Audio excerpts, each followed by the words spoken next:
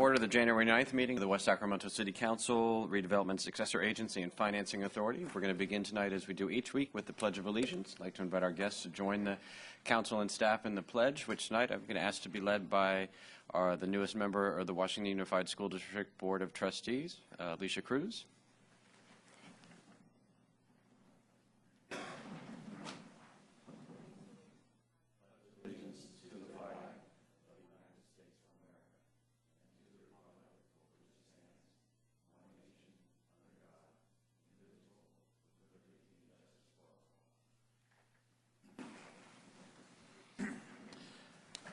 All right, now we'll now proceed to our general administration agenda, item 1A, which is presentations by the public on matters not on the agenda but within the jurisdiction of the City Council. As is noted in our agenda, we're prohibited by state law from having a discussion or voting on any items that are brought up under item 1A, but it is an important opportunity for public forum on items that are in our jurisdiction. We do ask that anyone wishing to address the Council on this or any other item this evening to please fill out one of the yellow cards that is available at the front door. And turn the card into the city clerk. In front of the clerk is a timer that we use to make sure that everyone has the chance to get heard. And to that end, we ask that all comments be limited to no more than 3 minutes. Also in front of the clerk is a flip chart that indicates which agenda item we are currently considering. We take the yellow cards all the way up to the conclusion of the staff report on any individual item. So just as an example, if you happen to be here for, say, item 7, we accept the yellow cards up until the point when the staff is done with their presentation. Once the council's conversation and the public testimony has begun, we don't take any additional yellow cards. So if you're intending to speak on an item, please, you have up until that point, but I would turn in the card as soon as possible. We also recognize that for some folks, speaking in public can create some anxiety and nervousness, so we do ask that there not be any boos or applause or catcalls or any other kind of demonstrations, and that we maintain a civil discourse in the chambers. And that all testimony be done at the microphone with the microphone on, because we are being televised, and to the millions of viewers at home, they can't hear if you're shouting from the audience or if the microphone's not on. All right, so under item 1A, we have one request to speak by Mr. Bill Lowell.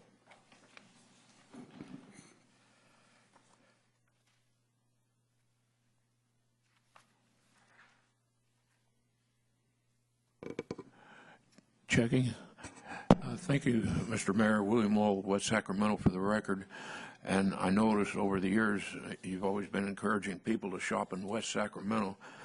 And for those of us that don't drive cars, especially when the weather is rather adverse, I find it sadly interesting that at our shopping center at Lake Washington and Jefferson, where the Pheasant Club is to the south of Fire Station 45, there are no bus shelters on either side, and yet we do have the bus stops across on Jefferson on both sides to the west, and so if nothing else, I'm suggesting we have a bus shelter across from Fire Station 45 that would protect against the stormy weather, as well as provide shade during the hot weather.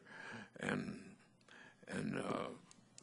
if you say, well, we don't have any extra shelters, well, catty corner from that, in front of Lowe's Hardware and lumber and so forth, there's a bus shelter there, but no bus comes by there. So it seems to be like it would be a much better investment if we just relocated that catty corner to the station right across from the fire station, and people shopping there would have a more comfortable place to shop and wait for the bus, even if it were stormy weather. And there's at least one other shelter to the further south and further west, across from an existing shelter, and there's no bus coming by there either. So that one could be relocated there also. But anyway, I think we should give further thought to many of our other shelters, like the ones on West Capitol Avenue that face the south. I think they should be relocated 180 degrees so that you have protection from that stormy rain during those stormy days.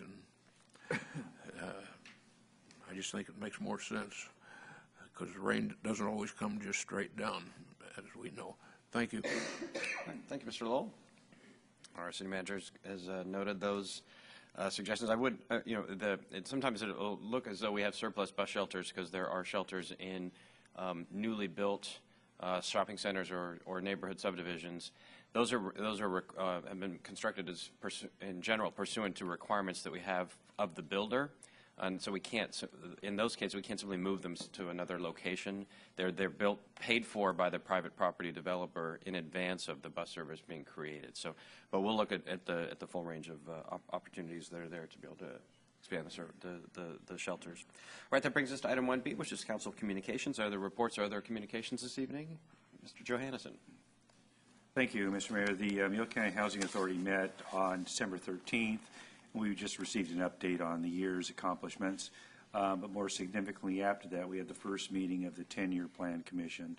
I was voted in as the vice chair, and Cecilia Aguilar is the chair of that. And so what that's going to do is that commission is going to run after the Housing Commission, Housing Authority meeting, which is really going to help integrate some of the homeless issues with the housing. That's really kind of one of the root causes of homelessness is lack of homes. And also it's going to allow us to get a quorum. In the past, the 10-year Planning Commission had, it was, 20 commissioners, and it was very difficult to get a quorum. So this is basically Cecilia Aguilar, Skip Davies, Lucas Ferrix, myself, Mike McGowan, and Bill Pride, who's the representative for the Housing and Poverty Action Coalition, who are the commissioners on that. So we'll be able to at least get a quorum. And what this will also do is allow better coordination of services, because Yolo County now, the Housing Authority is responsible for doing the agendas and having the meeting place. So it solves a lot of problems having this meeting right after Housing Authority. Okay, thank you, Mr. Johannesson. Other communications? Mr. Villegas? You have a couple of them. Thank you, Mr. Mayor. Earlier this morning, the Sacramento Regional County Sanitation District met, and the one item to note, there was at least initial hearing introducing some amendments to the ordinance to move closer to codifying the changes in the rates and the fee structure as a result of the rate and fee study, the first phase of that work. So the official voting will take place on the 23rd, but there's a first introduction of some of the changes. And then also earlier this evening, the Port Commission met, and we had a good conversation, a series of meetings taking place on the development of a business plan. And we heard this evening presentations by staff, very good presentations, I might add, on real estate assets, the infrastructure cost estimates, as well as potentially new operating models for the port. And then also there'll be a public hearing here at City Hall on January 22nd in the evening. I think it's 22nd, right? 22nd for the public to participate and hear and ask questions about the future status of the port and its related business plan. That's right. That's it. All right, thank you, Mr. Villegas. Others? Two, I don't have my calendar in front of me, but the Sacramento Council of Governments, I think I previewed at our last meeting that we were about to receive the award that we did receive for Blueprint Excellence for the, and Ms. Hamilton and Katie Jacobson came for that. That was a plus. The streetcar, we had a meeting earlier this week that Congresswoman Matsui had arranged a region-wide leadership meeting with Secretary of Transportation LaHood from the federal government, the Federal Transit Administrator for the federal government, and the Regional Transit Administrator for Region 9, along with Congresswoman Matsui, representatives of the state, the executive branch of the state government, several council members from the city of Sacramento, Supervisor Cerna from the county of Sacramento. It was probably the broadest regional range of civic and business leaders and community leaders, transit leaders, and officials in support of our streetcar project. And to make the case to Secretary LaHood, who was here for the groundbreaking for the Blue Line extension of light rail down towards Cosumnes River College.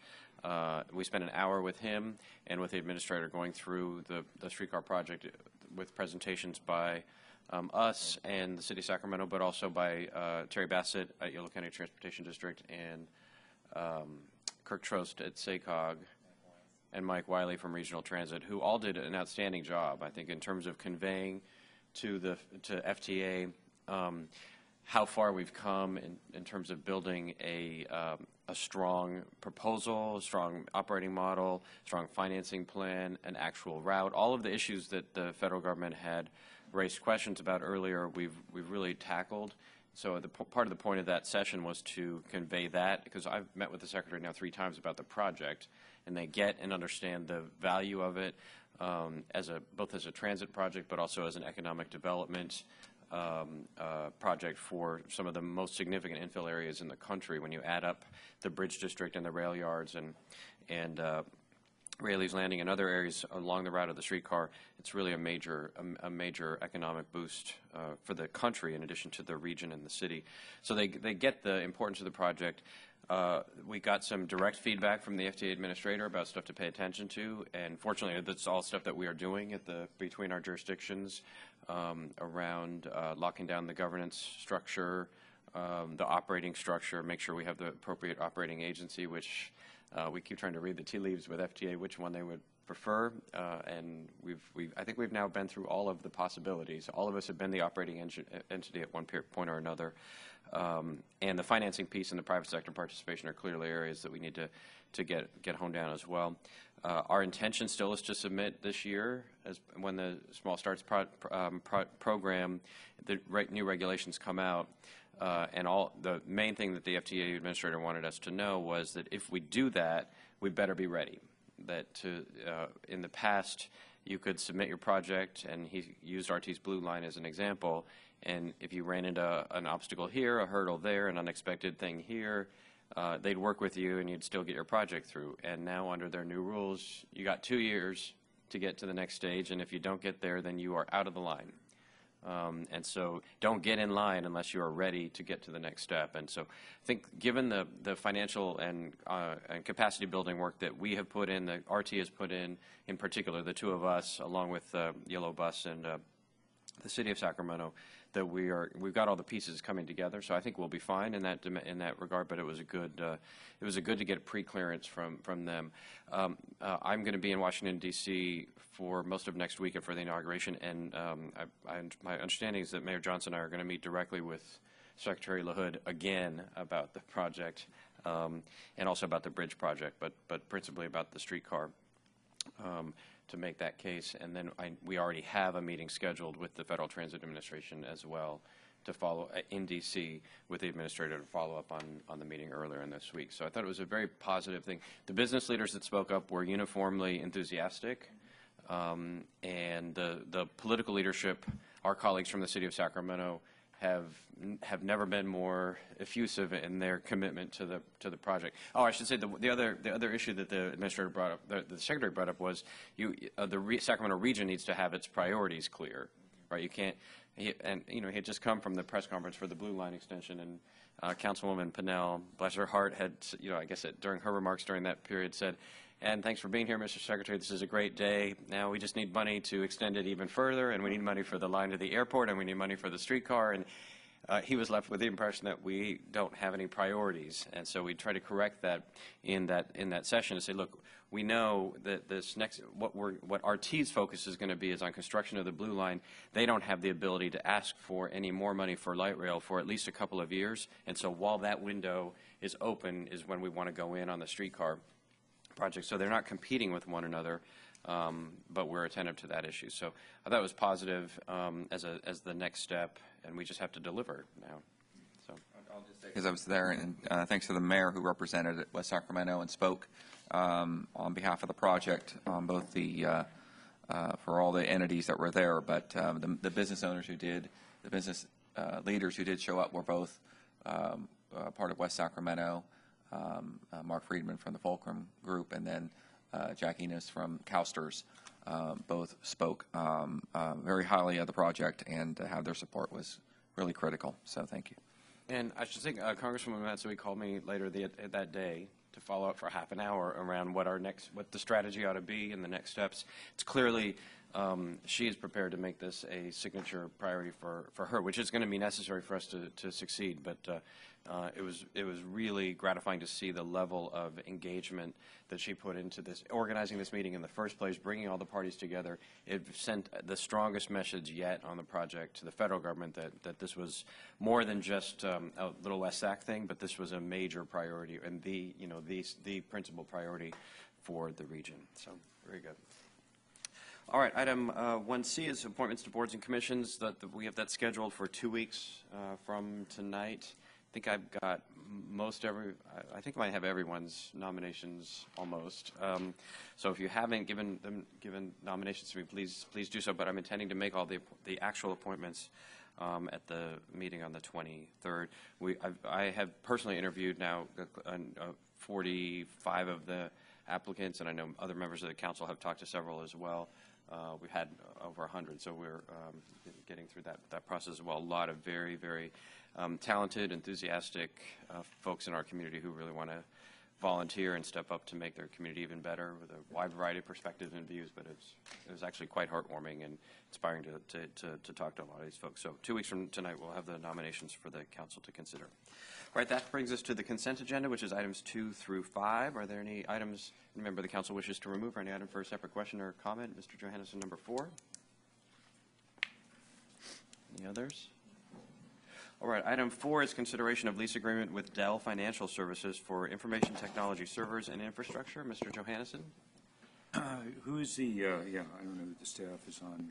Mr. Johannesson, I can answer some questions, and Okay. our IT manager, Rob Miller, is here. If there's anything of a super technical nature, he's here to answer those. I think this is more, it's almost a close to $600,000 expense, and it's out of the budget cycle. That was one problem I had. And the other, I'm not, there's not really a lot here to determine if this is reasonable or not. It looks like the city is just going with a sole source, and there's really not a lot of competition going on here. I was kind of confused. What does it mean that the city has went to a Dell solution? Well, several years ago, we examined different companies. We did an RFI, if you will, to determine what would be our platform. For many years, the city was standardized on HP. And we reviewed that and decided that we would be more cost effective and we would still have the same level of quality by going with Dell. And so basically you want all of your equipment to be on a standardized platform for compatibility purposes. And so the shopping that you're referring to, we've done a few years ago, and we've standardized ourselves on a Dell platform, again, having originally been on an HP system. Okay, and I guess then just getting back to the budget issue, it looks like the reason to do it now is they're giving you a discount that we think that might not be there. Well, there's a couple reasons. One was we were offered an attractive financing plan, and then we have our SAN, that the storage area network device, is not going to be supported by Dell as of next month, and we're starting to have problems with it. The other issue is we do not have a backup location for a disaster recovery operation, and we used to be part of a disaster recovery JPA that was combined with a lot of other cities and counties, and that dissolved last year. And so we're a little concerned that we don't have a backup location where we could restore things very quickly in the event that there is some kind of disaster. Several years ago, you might remember at Stone Boulevard, we had a flood at City Hall, and we had to evacuate a lot of equipment and restore operations very quickly in order to keep business running. The program that's laid out here would continue what we've been budgeting for many years for replacement computers and IT infrastructure, and that's what's being proposed here. So would that basically bring this an issue forward? We would eventually have to deal with this, but is it currently in the budget right now? The amount that we normally budget every year is in the budget right now. The annual lease payment will be slightly higher than what's in the budget right now, but we have We have that in operating funds in the IT operation budget. The majority of it is in the equipment fund, which we budget approximately $80 to $100,000 every year for replacement IT infrastructure. All right, and lastly, in terms of the disaster recovery system, are there any grant funds available that we can use toward that? You know, we consider that, and because it's so wide-ranging, you know, we consider the possibility of trying to get Homeland Security funds for that. But a disaster could be anything like the vandalism we had at City Hall on Stone Boulevard several years ago, which clearly wouldn't qualify for that. And so we think this is a fairly critical need that we have. Thanks for that clarification. All right. I think the line of questions, I'm glad you raised them, Mr. Johannesson. I had the, when I read the item, I would like to see more information for, just as a standard procedure when we're considering switching from a depreciation replacement approach to a lease purchase approach or just a regular lease approach. I mean, there are pretty standard models for how to compare those, across indicators that are more than just the question of what's the annual payment, and in terms of looking at the potential values of each. And so I didn't see that. That's not here. And so I think those kinds of questions are entirely appropriate. But this locks us into the 5-year, this lease purchase program and approach for 5 years, correct? If we approve this tonight? That's correct.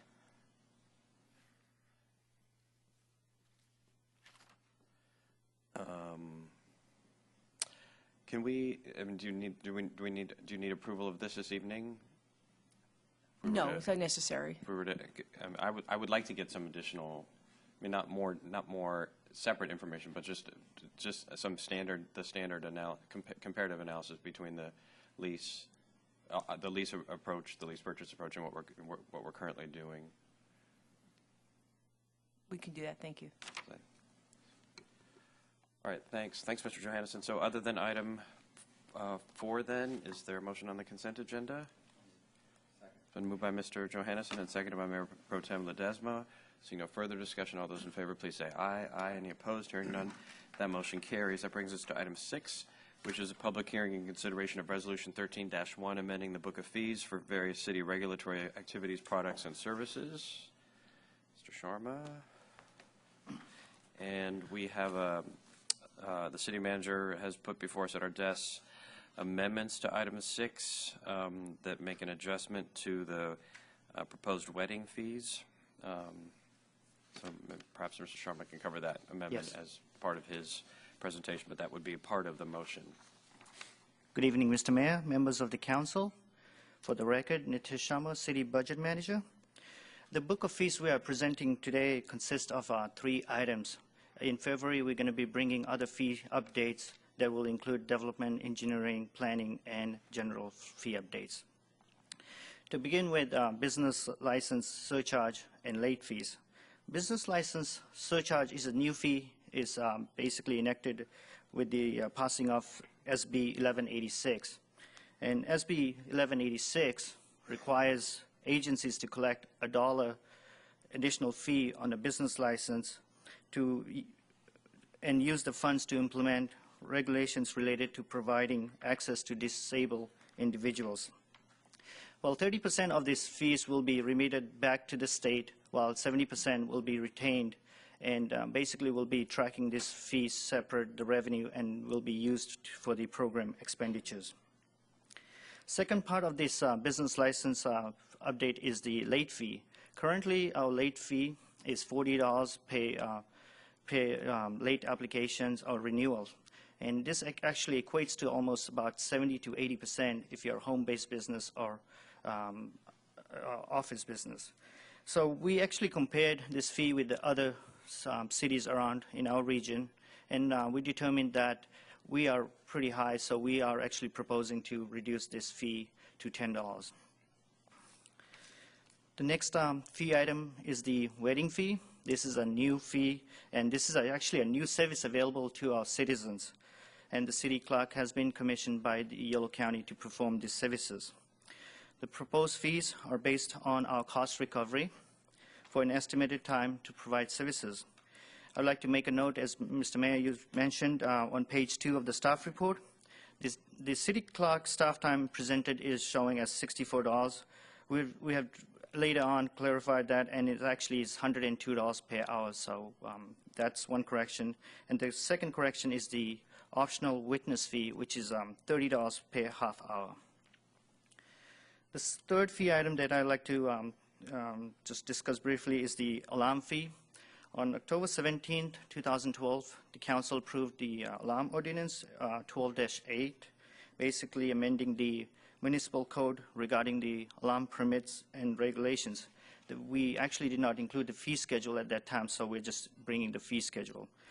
We had a previously approved alarm fees, but we actually never monitored. The program was in place, but we never enforced it. So this is a new program, as you have heard before. We're going to enforce it. And this basically will help reduce the number of false alarms calls. This concludes staff's presentation. I'd like to return it to you, Mr. Mayor, for any further questions and open the public hearing. Questions for staff at this time? Mayor Pro Tem Ledesma. Thank you for bringing this update. And just on the business fee, just in doing the research and seeing that the late fee was adjusted to fit the region and what they're charging. I did have just a quick question on the CASP's fee. So 30% is going to of that revenue goes to the state. Is that what I heard? Yes. And are those for state projects, or maybe this can be answered later on with a memo, not to take up this item with this, just to get some clarification on this fund that's being passed through us. And then obviously 70% is going back to us, and I'm sure they're dictating or regulating what we use that fee for. Those funds for. And I'd just like some additional information on that at some point on both those items. I was actually hoping to get some information on that right now. Okay, well, that's fine. I just wanted, this is about the fees. Of that 70%, you're projecting that will generate, 5% is for our collection and processing, and the rest is for the program of the Certified Access Specialist Services. And you're projecting that's going to generate $2,500 in revenue. Is your projection that $2,500 is going to cover the cost of the increased Certified Access Specialist Services? Probably not all of the costs, so there will be some subsidy with that. I don't believe it will cover all the cost. So, is this a state mandated local cost? I mean, is there a claim? Mr. Mayor, maybe I could help with that. We are currently have the obligation to do access review right now. This additional surcharge was to help provide a funding source to do that. So while the money that we're going to be receiving is probably just a little bit to help with what we're already doing, and it will most likely be used for training for staff to help with their ongoing review of the requirements. Okay. All right.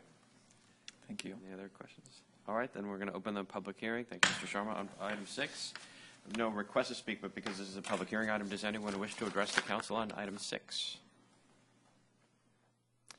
Seeing none, we'll close the public hearing. Return to the council for any further questions, discussion, or for a motion. Second. Been moved by Mr. Villegas and seconded by Mayor Pro Tem Villegas. Seeing no further discussion, Did you do it twice? did I say your name?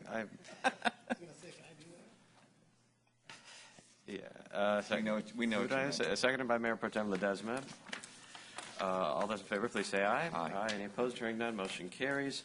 Item 7 is a public hearing on urgency interim ordinance 13-1, making findings and extending the temporary moratorium on the outdoor cultivation of medical marijuana up to 22 months and 15 days.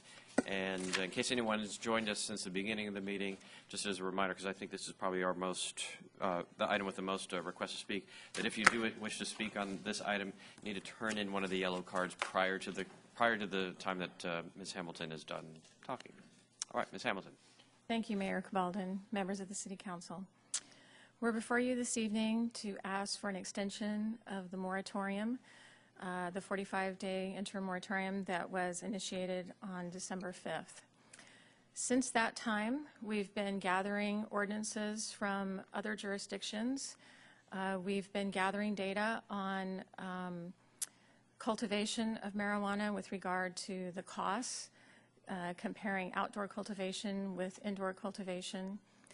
We have been gathering information on court cases, and the city attorney's office is beginning their review of those and opinions that have been issued. I have received some suggested regulations and some information on court cases from an advocate that's been in attendance at the last meetings. And we also are beginning to get more information in on criminal cases, both additional information from West Sacramento Police, as well as we just received today some information from YONET. And so the information is still flowing. We are still looking at it. We are not prepared tonight to have an ordinance for you to consider. And so we are recommending for the full extension of 22 months and 15 days, based on our experience going through the medical marijuana dispensaries considerations. During those considerations, we came back to you multiple times for extensions, and ultimately we ended up with the maximum extension. You do have alternatives to consider to the maximum. You could choose to extend it only 10 months and 15 days, which would bring the end date to November of this year. Or you could choose to allow the current moratorium to just subside, in which case that moratorium would end on January 19th. So that concludes my presentation this evening. At this time, if you have any questions, I'd be happy to answer. Mr. Villegas. Thank you, Mr. Mayor. So, Charlene, the options to extend, so you selected the longer term. Are there things that are going to be happening between now and, say, 10 months that would be worthy of consideration, or what's the rationale for the longer term? I mean, obviously, it gives us more time. That's. Yeah, it was purely based on our experience through the dispensary action. We are actively working on this.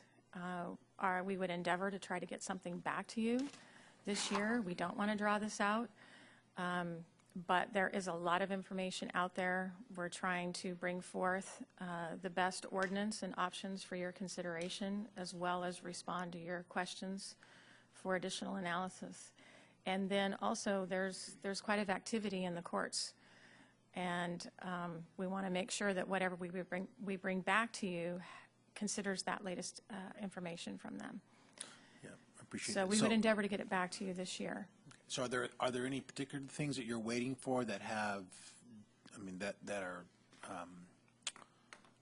I guess, yeah, are there any things that you're waiting for that are going to help sway or determine what the regulations or what the policies being recommended by staff are going to be, or is there, I guess I'm just trying to make sure that we're being mindful of the amount of time that we're asking for. If it's, so if, let me ask this, if we're to move forward with the recommended 22 months, are things going to move any slower or faster in terms of the regulatory framework that you would propose? I mean, obviously you have more time, so you could take more time, but I guess I'm just trying to be mindful of the fact that should we select 22 months, that we would move just as quick as we would if we were to select 10 months, or is that probably not the case? We will be moving as quickly as we can. Obviously, the courts, they have their schedule, and we can't dictate that. That's probably the more lengthy process, is analyzing what's coming out of the courts, as well as compiling the ordinances and various options for you. We're having to work this into our work program. This is not something we had contemplated. We do have some other high priorities. If we were to push for sooner, meaning, if you made this the top priority, some other priorities would have to be put aside. But our efforts are to integrate this in and get this back to you quickly. Thank you. All right, thank you. All right, then we're going to open the public hearing on item 7. We have a few requests to speak on this item. The first is by Teresa DeMars. Makes me a little nervous, so I have a great concern about this moratorium. It seems as if this movement to limit a patient's right to affordable medication, and we all know it's an alternative choice, that the city of West Sacramento, if you pass this moratorium and you take away our right to grow our own medicine, and you're saying, well, you know, you can grow it indoors, but that economically is not feasible for many, many people, as you will see, and others that are coming before me that will show you the carbon footprint and exactly what is needed to grow our medicine indoors. So my concern is this, as we're moving forward as a community, and we're saying that what kind of a community do we want here in West Sacramento? Do we want a community that is all-inclusive? Do we want to feel like we're embracing everyone? Or are we going to say, because you are a patient who chooses to use an alternative medicine, we are going to make sure that we throw as many stumbling blocks in front of you to trip you up, to make you pay more, so that you cannot have your medicine safely and affordably. And so this moratorium says to us, well, you can take it indoors. You can pretty much go back in the closet. It's a small group of people that I feel that we're just being discriminated against and judged.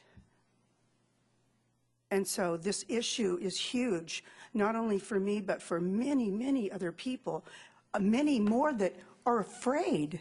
They're afraid to even come here and say, I'm a medical cannabis patient. I need this and want this as a choice. I'm choosing something that's an alternative that people are afraid of. There's a lot of fear surrounding cannabis and its use and a lot of misinformation. And I'm just hoping that the city and that our city council will consider not only just my words, but all the words from the people who are too afraid to step forward.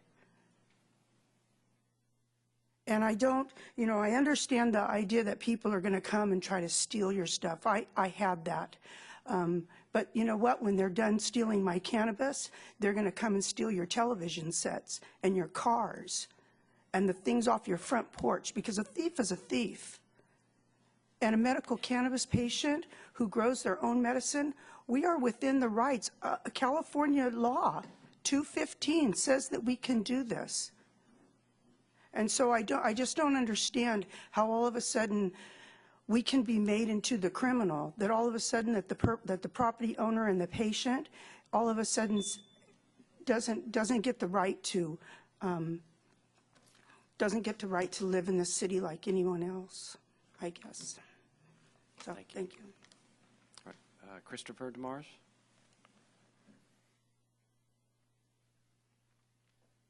Good evening, Council. To avoid confusion, I'd like to define a word before I start.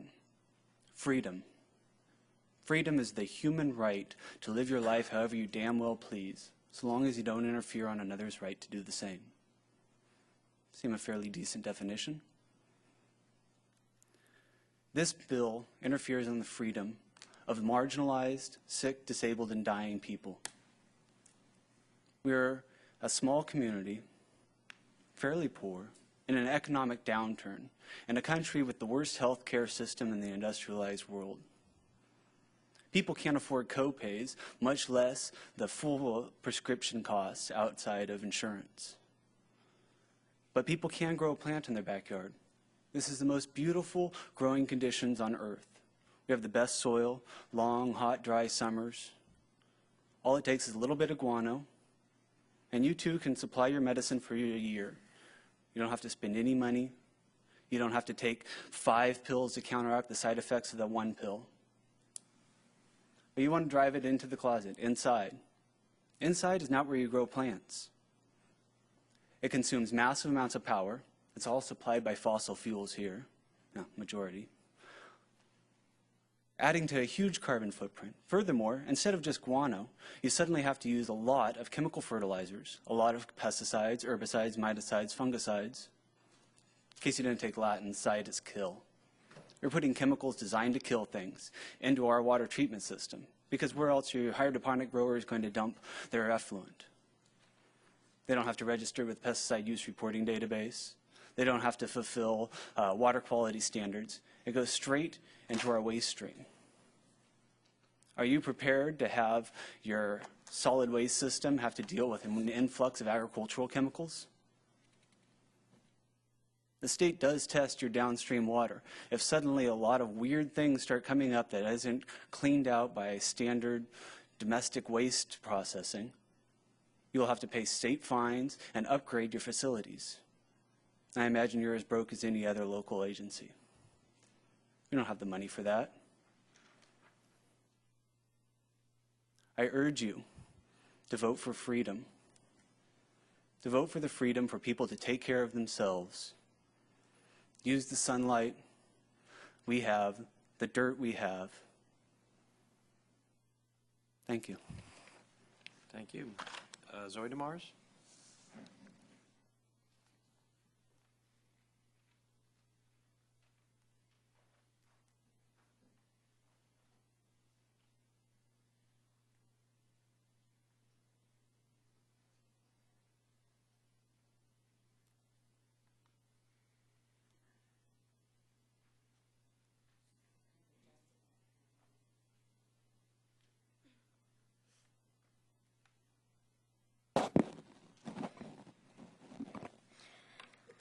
I want to address the carbon footprint that will be caused growing medical marijuana indoors, and I, as a citizen, am worried about the future and how much the CO2 levels will be spiked if they are grown indoors.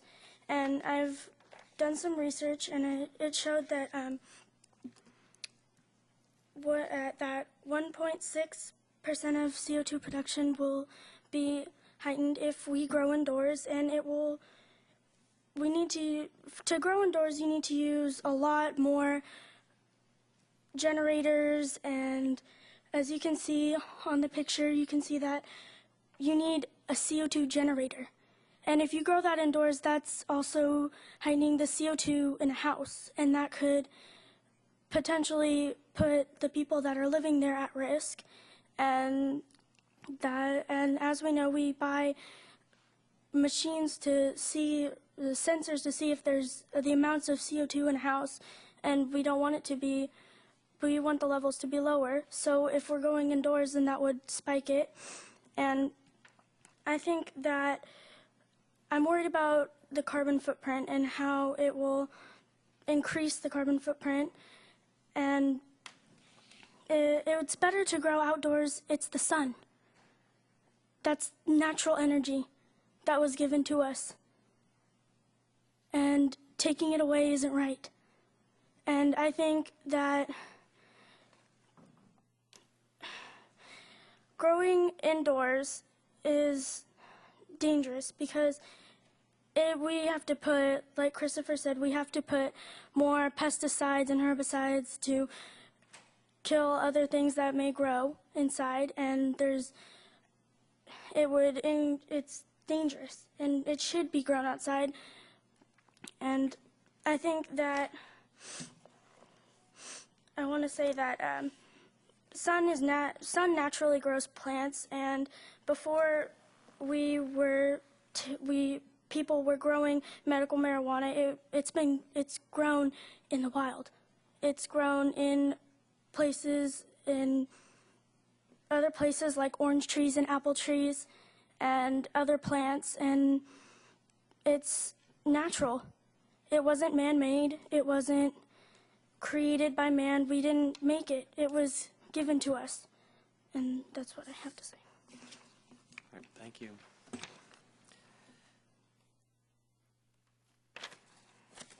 Thanks, Zoe. And Jürgen Bateman?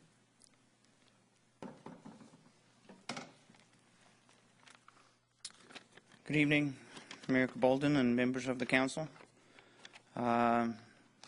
I want to thank you for addressing this very sensitive issue, and at the danger of becoming one of the most unpopular guys here tonight, I want to just provide a little bit of balance on the other side of the issue, because while I sympathize with people that gravely need the use of medical marijuana, it does carry some issues with it for neighboring communities.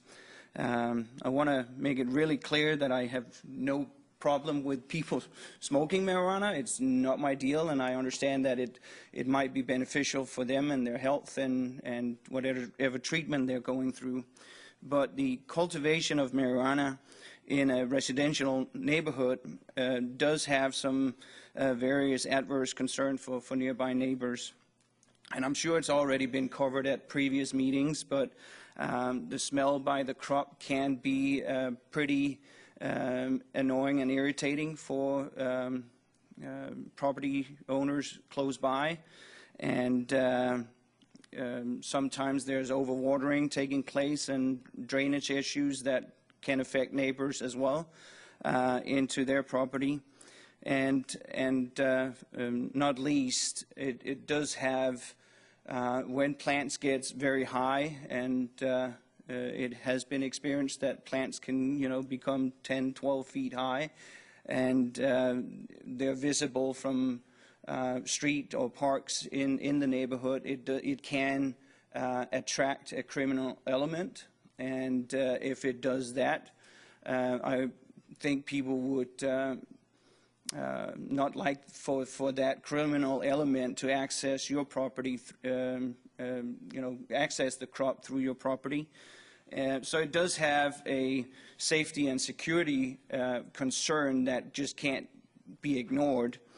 So while I'm understanding of the medical use, and unfortunately, I think it might be a certain segment of the population that ruins it for people that really need it, when cultivation for personal use takes on a more production capability for sales in a residential neighborhood. Then they need to buy an acre of land and grow it in a different zoning. And my fear is that we get a quasi zoning where you have agricultural growing of marijuana. So we got to ask ourselves that even if we might not be directly affected by it, would you like to have 15 plants growing in your backyard? And if not, how can we solve the problem? I'm no expert on it, and I don't know what the solution is, but I like milk, but I'm sure you wouldn't want me to keep a cow in my backyard. So that's just the other side of the coin. Thank you. All right, thank you. All right, that concludes the testimony on item 7. So we're going to close the public hearing. Return to the council first for any, first to Ms. Hamilton for any clarifying comments or based on any of the issues or questions raised during the public hearing.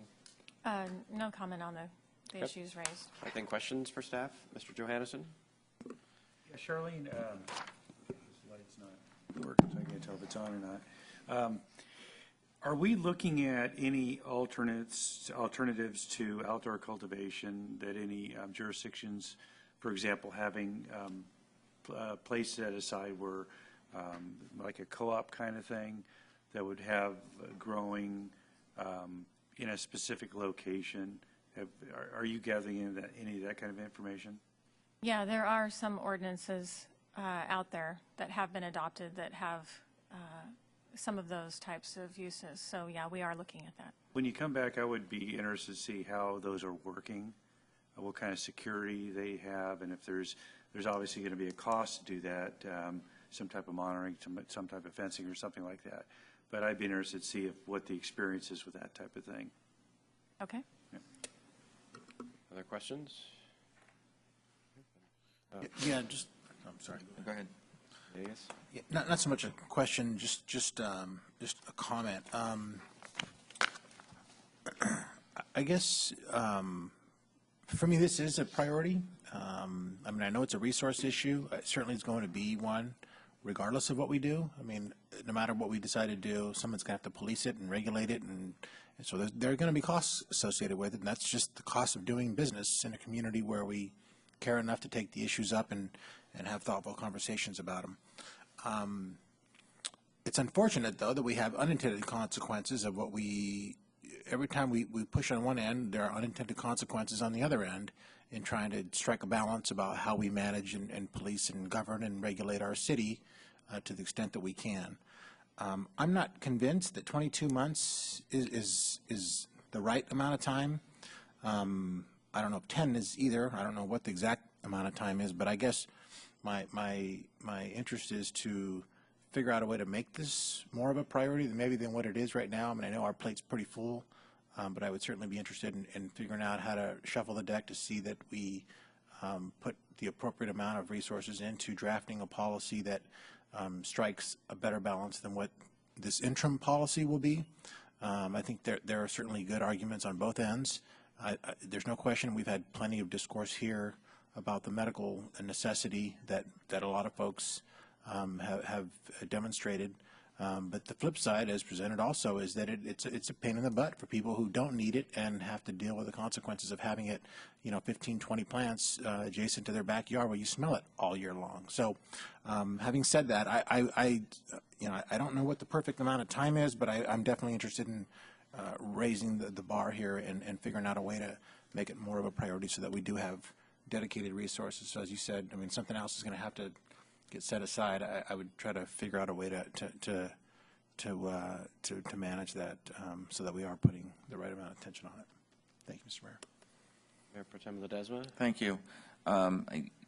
First of all, thanks for those coming out today and your thoughtful testimony, your thoughtful remarks. Appreciate both sides of the issue, and certainly want to make sure that the folks who depend on medical marijuana are understanding that we're trying to be sensitive to your needs, and we're also trying to manage, as was pointed out, the other side of the coin on this, because it has become an issue, not just in our jurisdiction, but in other local cities in the region who have taken up similar ordinances. Elk Grove and Sacramento are two of them that are also looking at it. I'm with Councilmember Villegas on trying to understand the time frame on this, and trying to a 22-month extension. We're going from a temporary moratorium to almost a long. There's a certain sense of permanence to it as we kind of wait to kind of gather more information. I am very supportive of this effort, because what we have asked for is for a thoughtful policy decision. As they'll probably at the local government level, we're left to regulate this. We're left to deal with trying to manage this at our level, and I don't want to be flippant about it as maybe as the state who enacted the act, and but maybe left some vagueness to it that we're left to deal with.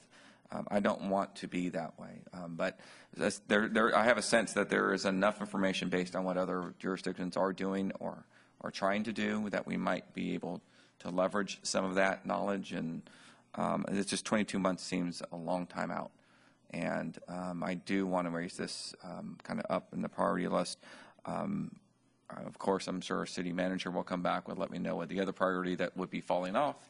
But that is something we just have to deal with. We're going to be hit or deal with things as they come up throughout the year. And so I just fundamentally have a sort of a management issue with sort of putting this off. We know what we have to deal with, and at a certain time we just need to make a decision with the knowledge we have. So I'm kind of supportive of bringing it back to the November 2013 timeframe, and wanting to see if we can put together thinking about the alternatives that Mr. Johannesson brought up, thinking about the other things we've already brought up in this discussion about what we want to consider in such an ordinance, I think that should give us some time to gather that. So those are my comments. Yeah. I think what's going to eventually drive whatever ordinance passes is going to be the courts. I think that it's going to go through the judicial system, and once there is enough decisions rendered and everything, then I think that other communities such as ours are going to follow them. I mean, I think the 22 months is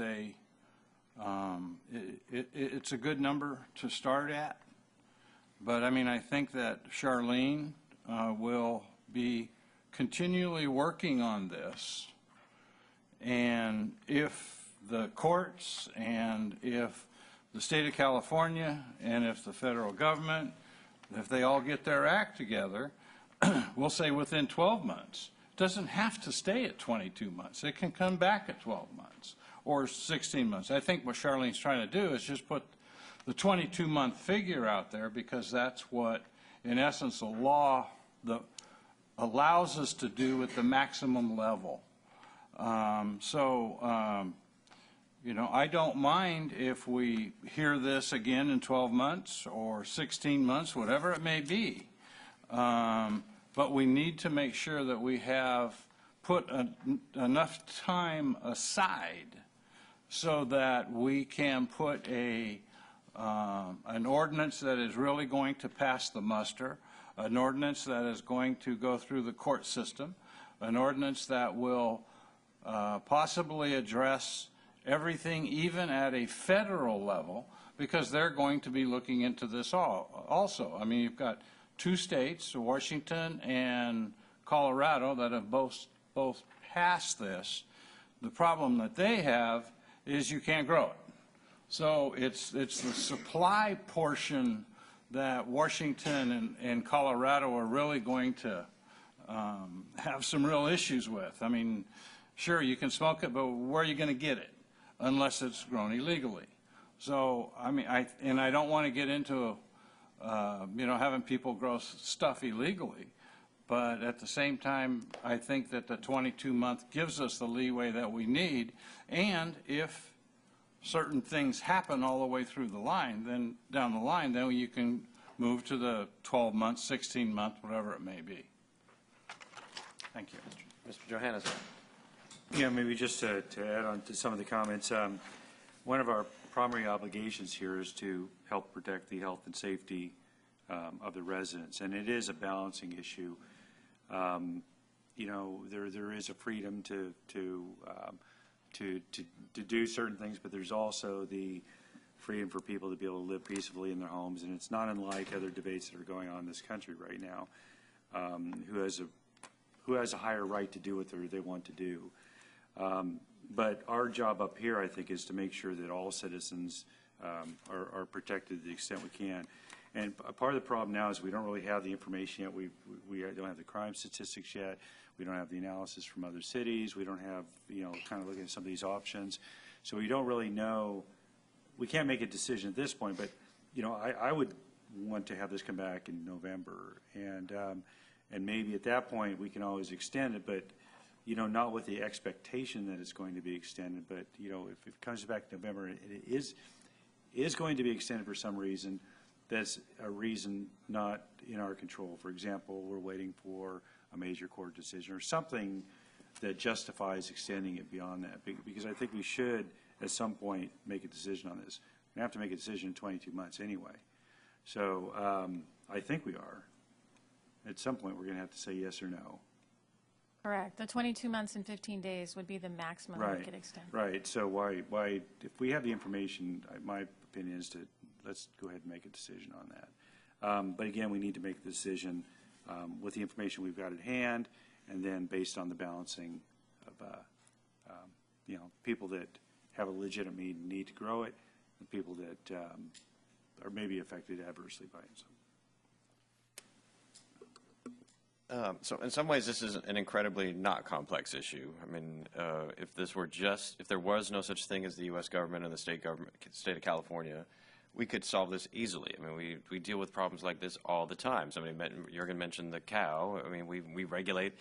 In some places you can have chickens, some places you can't have chickens. You can have this many chickens, but not that many chickens, and you can't have the chicken coop right next to somebody else's house. I mean, we do this all the time. That's what cities are about, is achieving the right balance of, neighborly nuisances and rights. We do this all the time.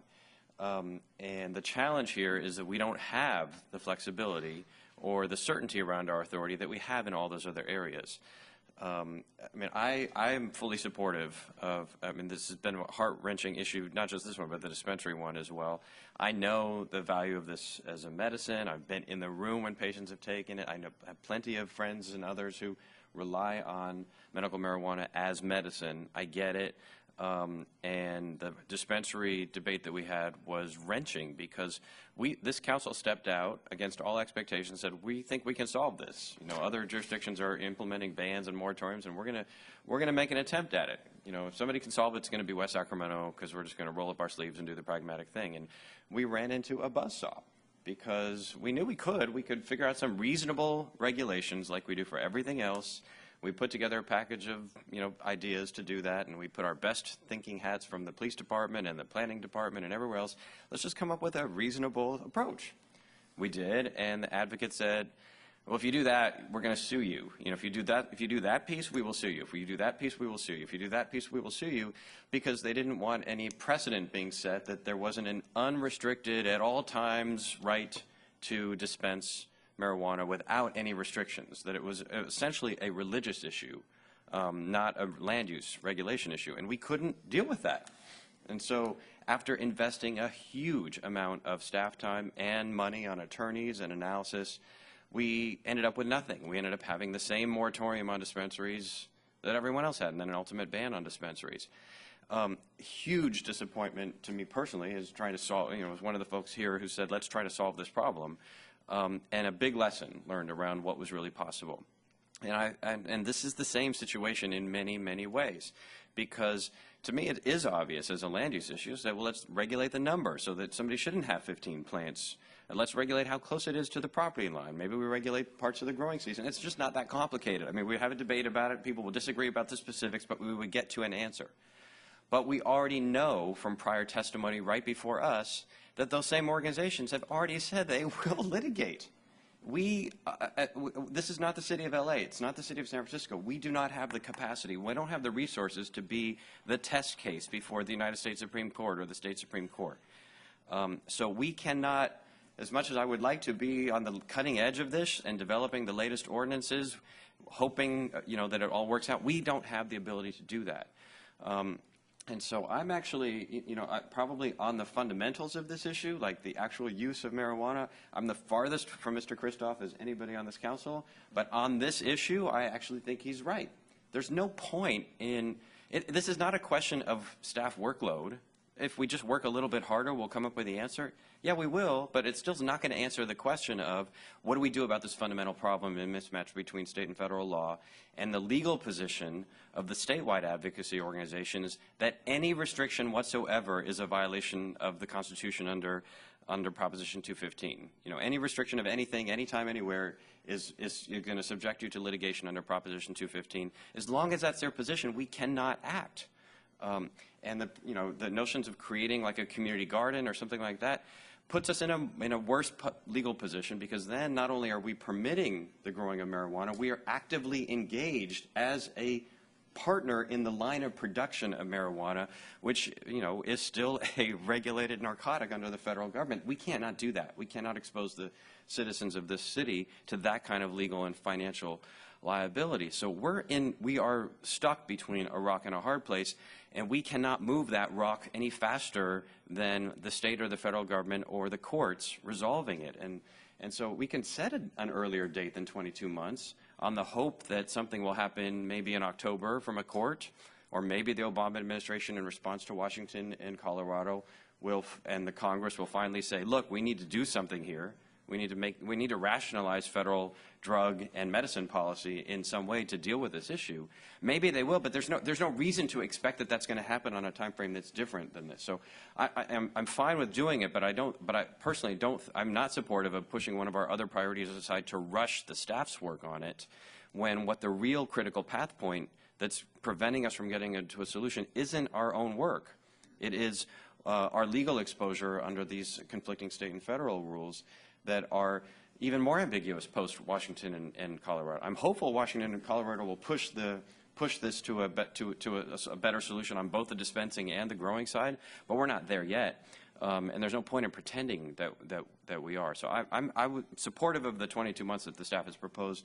As Mr. Kristoff said, I'd be fine with a different number of months, but with the expectation that that we're not the driving force, and we shouldn't be, like we did with the dispensaries, investing a lot of staff time and resources to move an issue that we cannot control, that we can't affect even in terms of the ultimate fiscal and legal liability that we'd be putting on ourselves and on our citizens. So, there. I guess. Yeah, thank you. I appreciate your perspective on it, and from the 22-month extension is the maximum amount. You know, I guess we need to have some certainty whether it's knowing this will come back in November, and I understand your point. And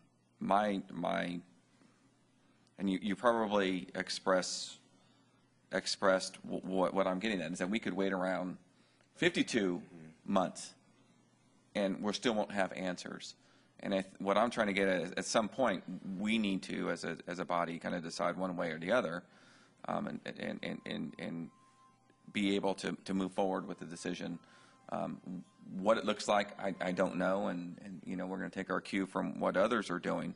But I think we just need to have a stake in the ground. I would be supportive if we go out 22 months, the maximum, and say agenda item on this as a check-in on where we are in this work comes in November.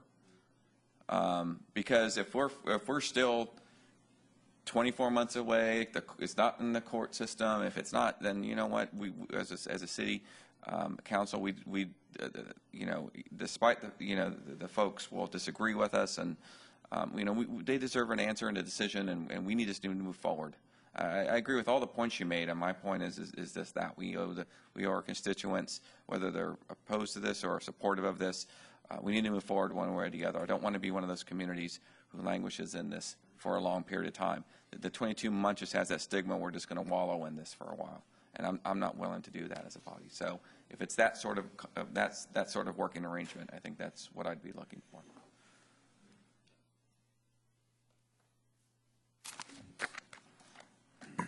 Yeah, so because it's urgency in nature, it requires a 4/5. Is that still the case for this as well?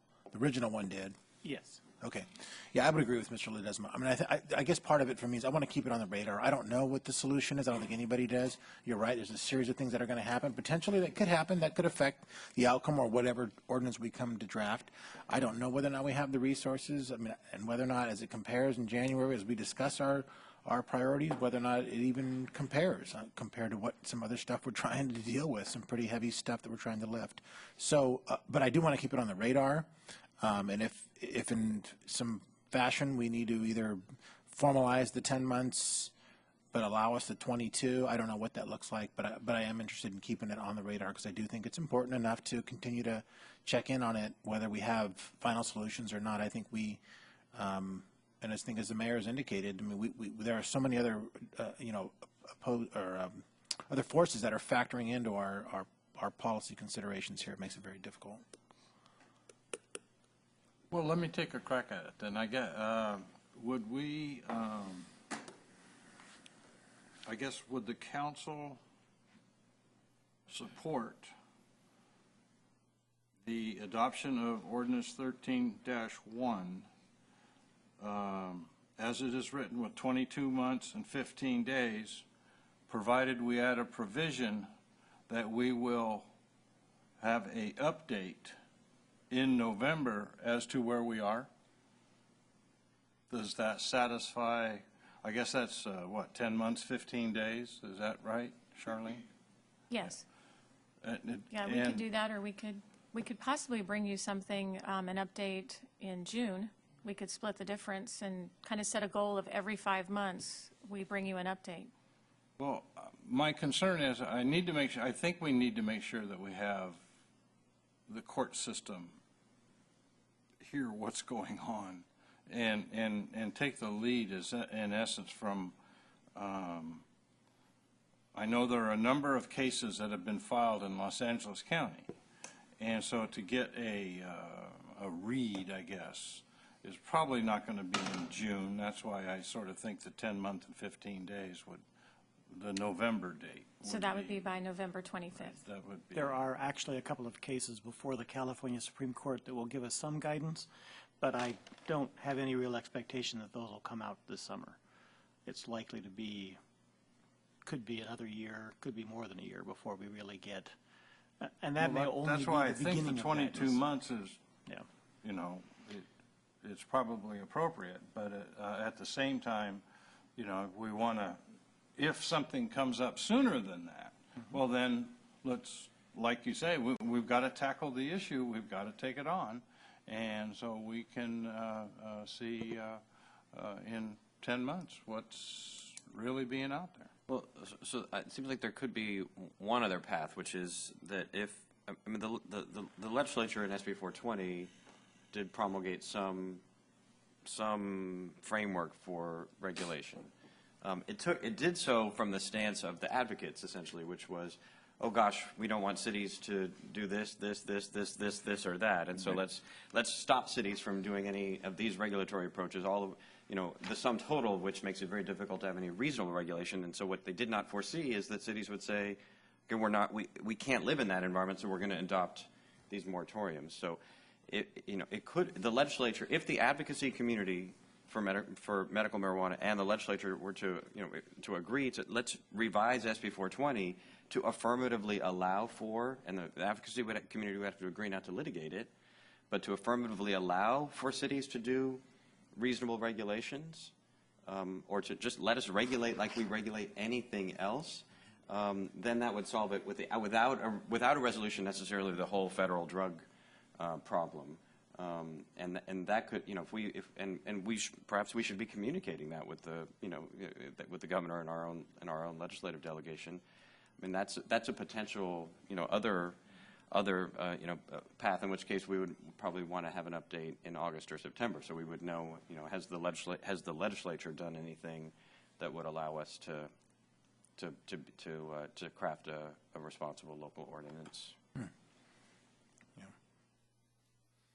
So I mean, I would still leave the time frame the same, but the check-in point, instead of being in November, could be under that scenario could be early, because we would know by August or September, at least if the legislature's passed it. We wouldn't necessarily know if the governor was signing it, but that would be a pretty strong signal, because the governor has previously indicated an interest in doing something on this issue, but the legislature has been only sending him proposals that are headed in the opposite direction. I'm fine. I mean, I think what I'm hearing is that there are other opportunities. I think what we're giving staff direction on possible paths to take through the 22 months. So my only point is that we should have some action plan, some movement on this policy issue, and have a check-in by November. If something happens in August, so be it.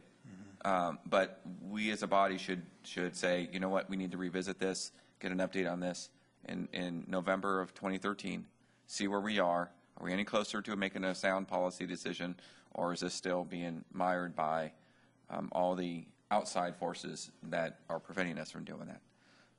Again, I think we just owe it to our constituents to be able to have some clarity around our action. I'm not interested in sort of, other than maybe occasional memos, or if there's significant progress on this by the means that the mayor has outlined, then certainly I'd be interested in having a workshop or an understanding on this that's heard by the public, because that would be in and of itself. And I think it's a terrific strategy to take, because it would put us at the forefront of sort of how we might be able to regulate this going forward. But again, I'm just after a very simple thing, which is let's just get to, follow those paths, let's get to November and find out where we are and move forward. So moved with that 22-month with, I make the motion we adopt ordinance 13-1, extending the temporary moratorium up to 22 months and 15 days. And that we also, as an amendment to that, we have a staff report or an update on this issue in November of 2013, or no later. Can I make no a later suggestion? If I Yes, make a suggestion, if you adopt the ordinance, you could make, as part of your motion, direction to staff to return no later than November 2013 with an update, rather than putting it into the ordinance itself. Thank you. Thank you for the suggestion. So my motion is as our city attorney has stated. Including the CEQA provision. Thank you. All right. All right, is there a second? Can I just make a comment on, even a friendly amendment? So I guess for me, what would be helpful is to see what it is we're waiting for. Because I'm not sure what we're waiting for or what those sort of critical components are to what a staff report would look like before November. So if there are things we're waiting for, I don't know what they are. If there are court cases, if there are other policy considerations that we should be tracking, identifying what those are, certainly before November, I'd want to know, I mean, what are the things that we're anticipating, waiting for, expecting, or doing? I think Charlene and I could give you a put together. Yeah, and she mentioned June, so so something well before November would help me feel comfortable as we move to November for that reconsideration as a friendly amendment to your motion. So you're asking for additional information? Yeah, I mean, I think it would be helpful to have some sense of what it is we're expecting to hear. I mean, in the next 12 months, a lot is going to happen, presumably, and so whatever those things are would be helpful for me to know, at least, to know that we're waiting for a resolution or a conclusion, and maybe there's nothing, but if there are things that we're waiting for, because we've talked about it a lot, but talked around it a lot today in terms of the court cases and other information that may surface that would be helpful for us to know, I would like to know what that is, what we're looking for, or what we're expecting, or what can happen that might be helpful. And for me personally, there's any number of things that could happen, none of which I think are likely to happen in the next 12 months. I don't think it's going to be a big year. I mean, all the stars seem to be for the federal government to keep procrastinating on this issue as long as possible. But if the federal government were to develop an actual policy on either marijuana generally or on medical marijuana, that would be one of those triggering points. So we would no longer be in direct conflict between state and federal law on even possession and growing and all the other those issues.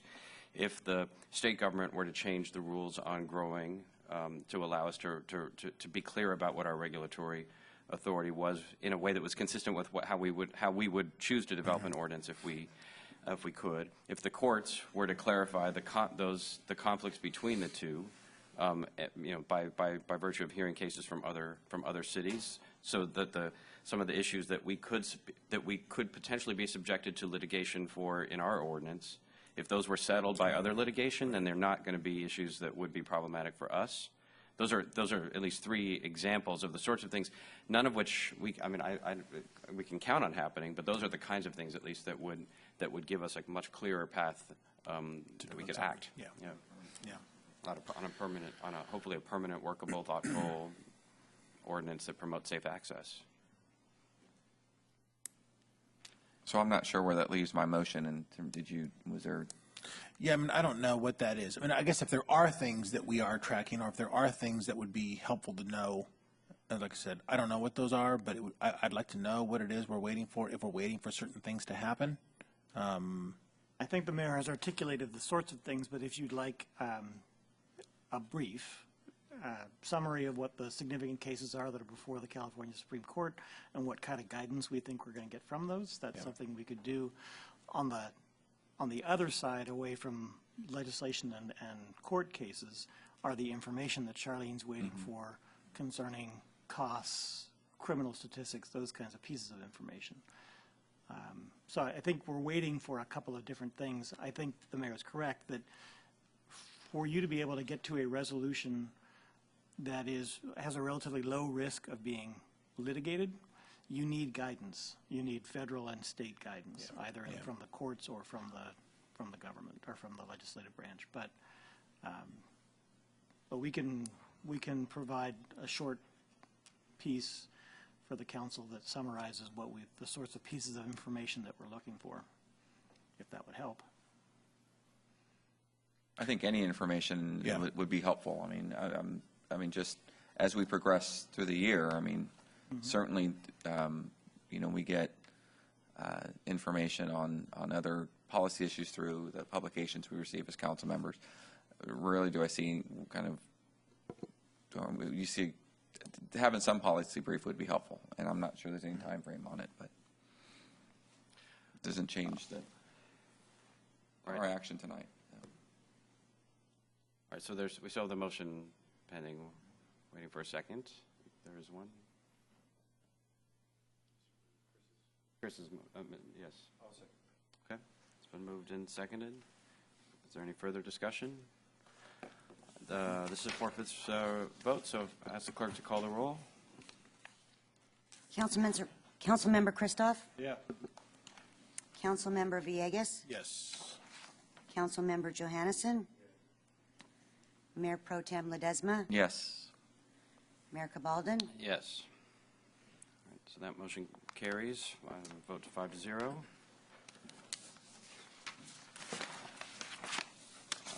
Another unsatisfying medical marijuana discussion for everyone. I would like to do the communication with the state government piece that we described. If there's no objection to doing that, we could. The communication to our state legislators around this issue that we described during the session. If there's no objection to doing that, I would like to, transmit a letter to our legislators just identifying this issue that we're facing and how they might be able to help. Yeah, seeking some assistance. Okay, item 8 is consideration of approval of a contract for professional services with Dawkin Engineering to design the Pioneer Bluff Bridge project.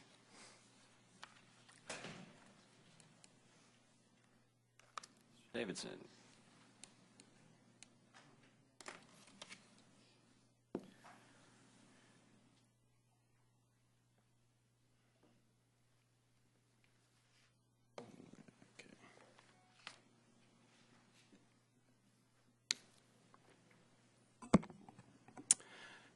Good evening, Mr. Mayor, members of the City Council. I'm here tonight to provide you with a brief overview on what the initial South River Road Bridge and Village Parkway Extension project included, and now the new Pioneer Bluff Bridge project.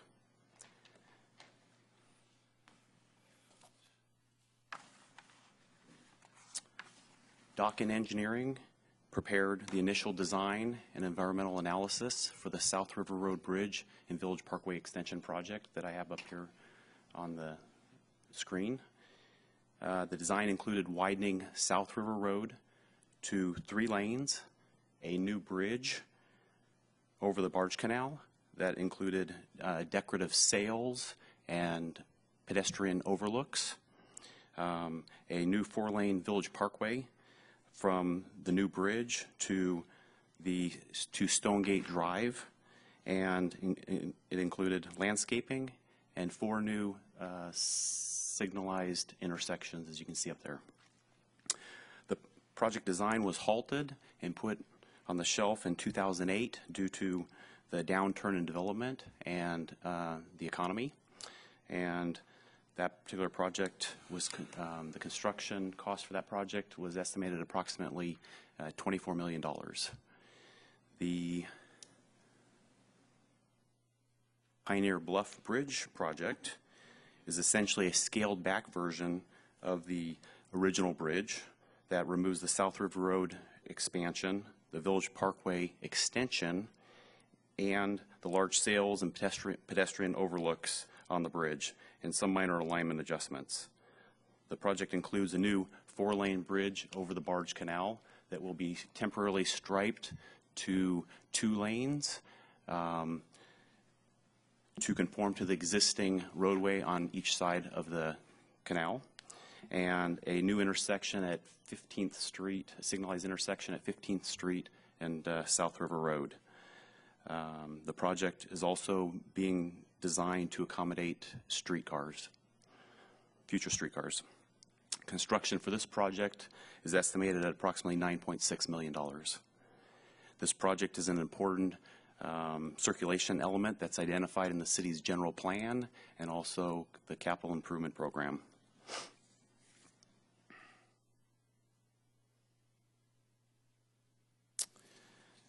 As you can see from the project schedule that's up there, we have many milestones to meet in a very short period of time.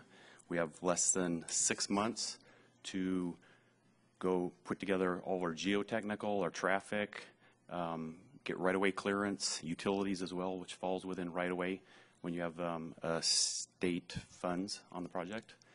And what we're shooting for is to get 100% design by May and go to the CTC for the allocation of funds in June 2013.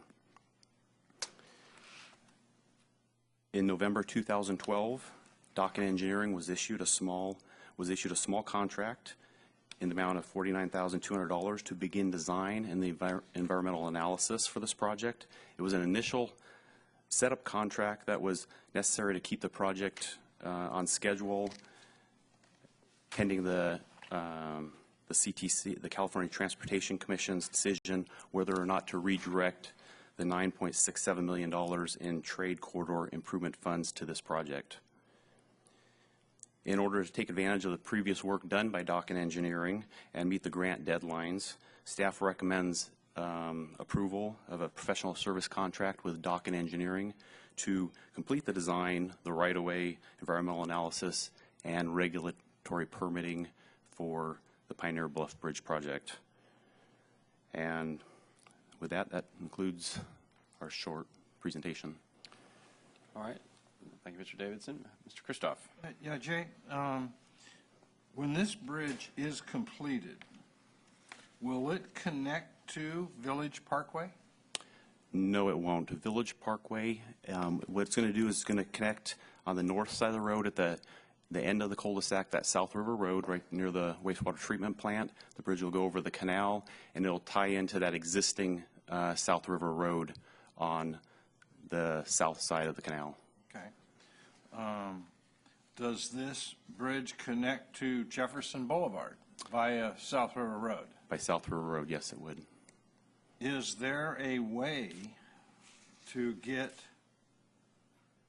the people that especially live on Stonegate or Lake Washington Boulevard or all of those, that whole subdivision that we have on the other side of the Barge Canal now, is there a way to get those folks access to the bridge without having to go to Jefferson Boulevard?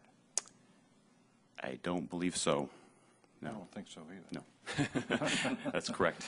Okay. I mean, I'm in favor of the project, but at the same time, I don't want it to be deemed a bridge to nowhere. Right. And South River Road, especially the eastern part of it, is going to have a whole different configuration after we do all of the levee work and all of the other things.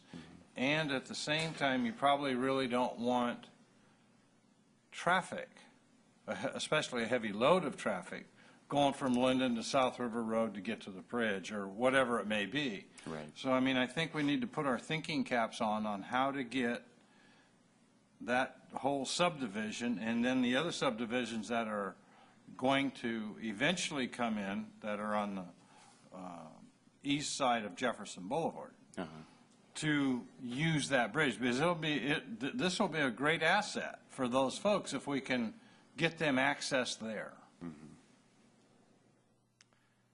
understand what I'm saying? Oh, I do, yes. Okay. Don't have a solution for it, but. Yeah, I mean, we're stuck in this problem for a good reason, which is that we're able to capture money that we would have lost, that the West Sacramento got from the statewide voter-approved infrastructure bonds. We would have lost this money if our staff, frankly, hadn't come up with put together a bunch of crazy ideas, including this one, as part of a package. and taken it to the state and pulled a rabbit out of the hat and got approval to do this.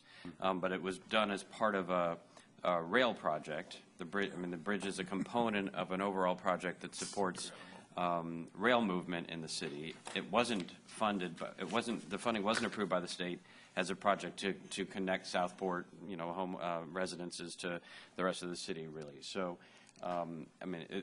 it's a great gift, essentially, that we have these resources to move forward on a bridge that we didn't have a funding source for at all. But we need to be prepared for the issues that Mr. Christoph has raised. I think it just means by December of 2014, by the time the bridge is constructed, we better know how we're going to construct Village Parkway.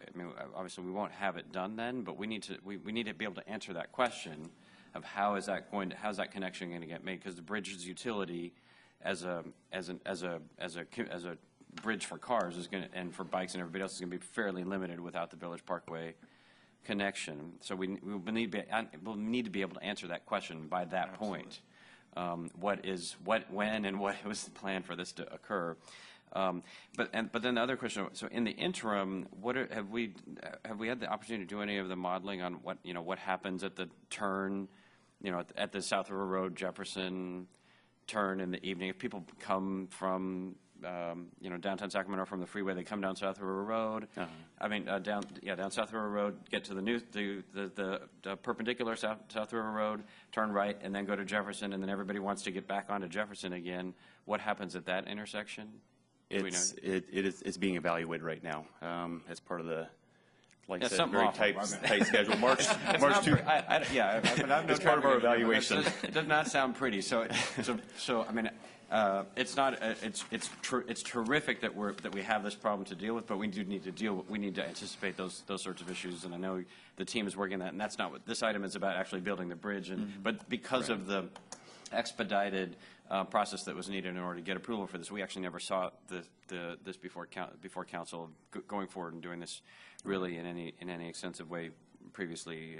Anyway, so it's the first time we're seeing this with the full diagram. So just to reinforce, we need to be ready both for the community's understanding about how this is going to how this will solve many of the challenges and problems that we have with circulation in Southport.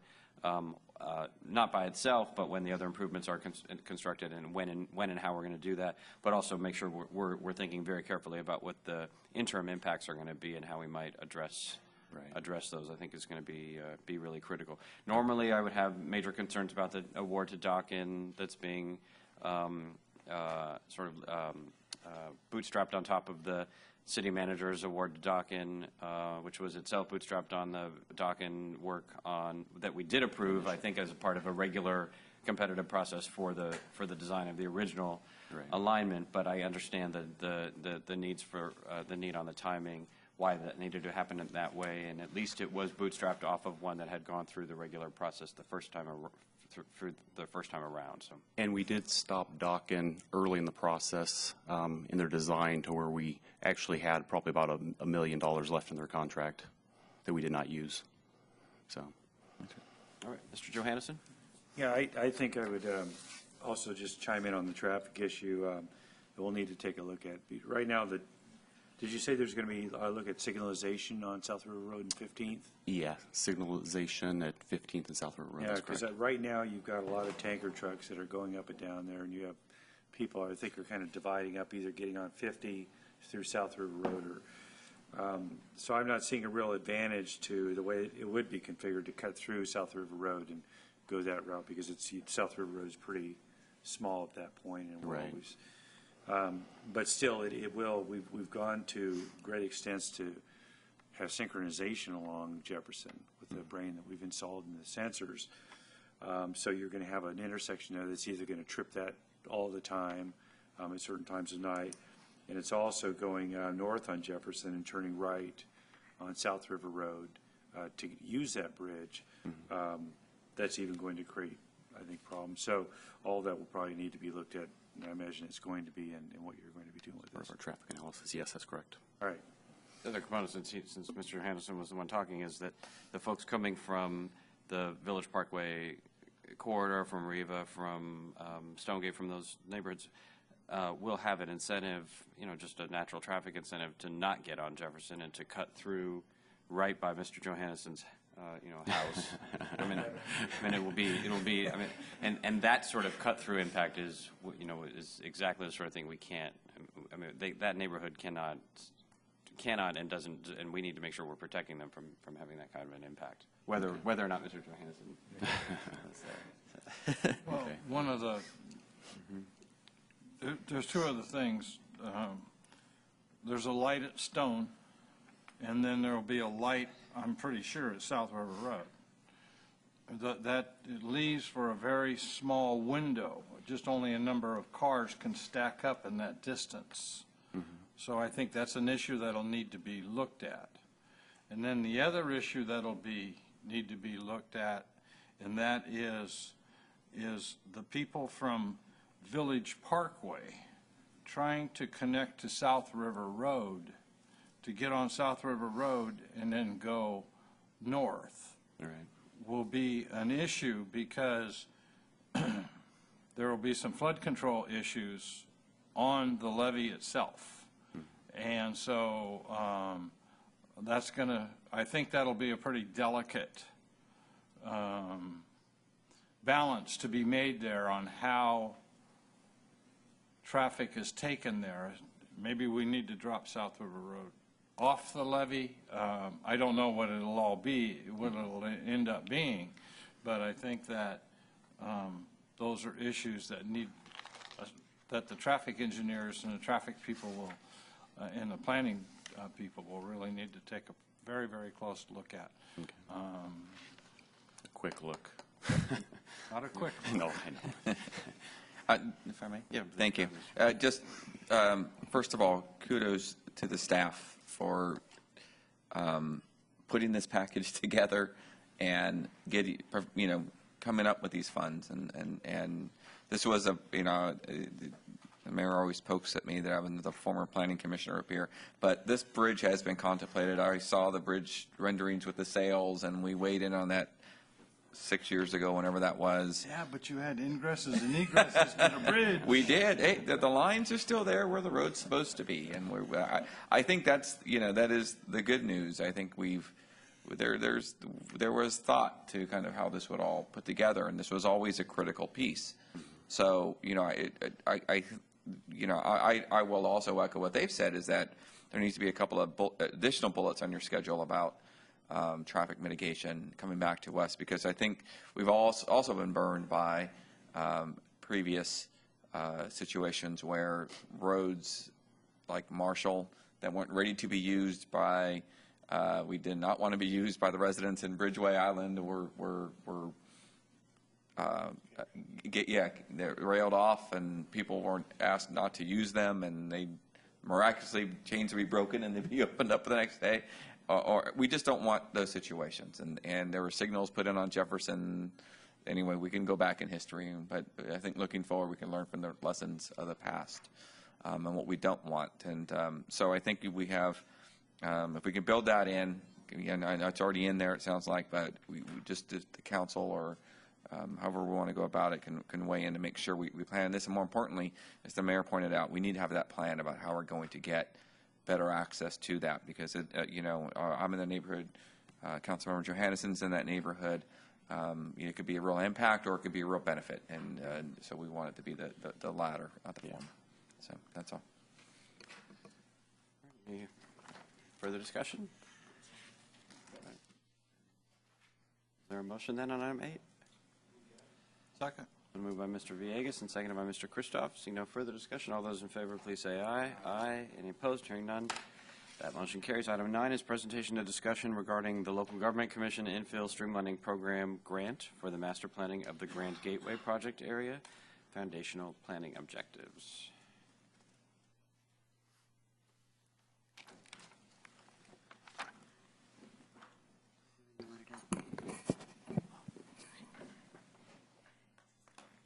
Mayor Cabaldon, Senior Analyst Katie Yancey is going to be presenting this item.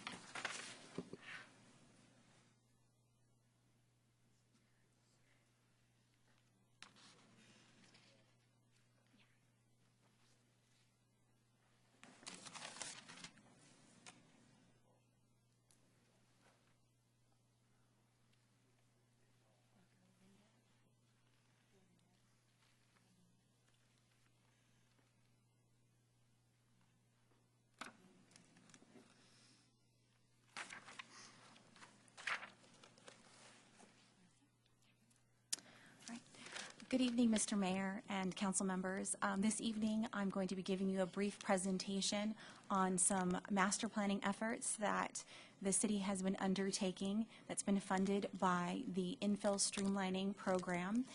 And after the presentation, Charlene and I would respectfully request that the council provide us with some direction and comment on our efforts to date and give us some direction as we move forward in preparing this document. The program that we received the grant money from was funded by SACOG and the local air district in 2010.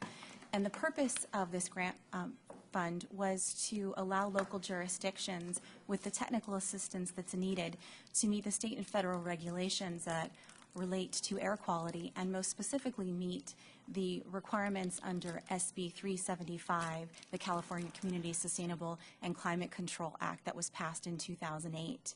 The Infill Streamlining Program was given over to the Local Government Commission to be implemented, and they act as sort of the oversight body and are contractually obligated to work with the city and a pre-selected set of consultants to deliver this technical assistance. The grant objectives and the scope of work are therefore aligned with these objectives and are primarily focused on developing master planning efforts in infill areas that reduce vehicle miles traveled and promote transit-oriented development. Our unique infill project, which the staff has nicknamed the Grand Gateway, is at the intersection of three council priority planning areas: the Washington neighborhood, which you see in blue, the Bridge District neighborhood in yellow, and then the east end of the West Capitol Avenue corridor and City Civic Center in the light purple. It's approximately a 10-acre publicly owned site. It does have some uses that have been planned and committed with the Prop 1C obligation, but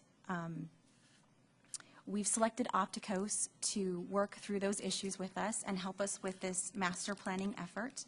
And the scope will ultimately result in a plan development overlay document that will provide consistency amongst these three sort of conflicting plans that affect each one of these three parcels. In doing so, we need to go back to the original documents to make sure that we're carrying forward these guiding principles. And this is a diagram that was prepared by Opticos that seeks to visualize some of those planning concepts. So, for example, the fans that you see sort of pointing towards the end of West Capitol Avenue, that star shape, and then the fan that's pointing towards the intersection of Tower Bridge Gateway and Garden, are meant to represent the civic significance corridors, the concepts that talk about having visual areas of interest and terminating West Capitol Avenue that occur in the existing plans. The arrows that you see both in yellow and black are meant to comment on connectivity and access points and letting people know that they've arrived and dealing with circulation. And then the sort of purple blue star is meant to represent the challenges with constructing on the experience site. Since it's so far back removed from Tower Bridge Gateway and it's got a sort of a legacy of West Capitol Avenue on it, Opticos felt that it was important to look at bringing that site forward and how the Tower Court site and the experience site could work together.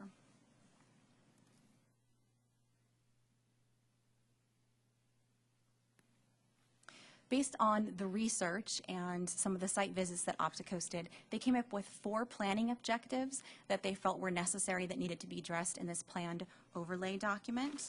And some of the analysis that was done was included in the initial analysis memo that was attached to the staff report.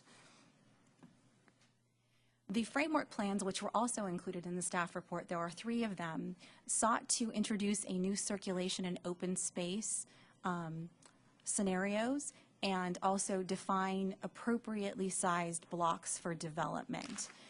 This evening, I'm going to be presenting the foundational concepts that came from these frameworks, and those are development density that will occur on each one of those blocks, the land use and frontage types that were contemplated for each of those blocks, and, excuse me, and renderings that show what those spaces may look and feel like from both aerial and then a street level perspective. We recognize that there are some real estate challenges with these sites in light of the fact that some of them are successor agency properties. And to that end, it may, looking forward who the developer will be a bit of a challenge. In that end, it also makes it difficult to understand what the market will be for these sites. And so we're looking to maximize the utility and the flexibility of this document and still meet those objectives of TOD, increased density on the site, and consistency with the three plans. What we discovered when we were trying to look at the intensity of development that would occur on these proposed blocks was that parking was really the trigger for whether or not we were going to reach a certain density. And to that end, you see we have high and low density, and the triggering point is whether we have surface parking and on-street parking as the sole provider for the parking, or if we're introducing structured parking.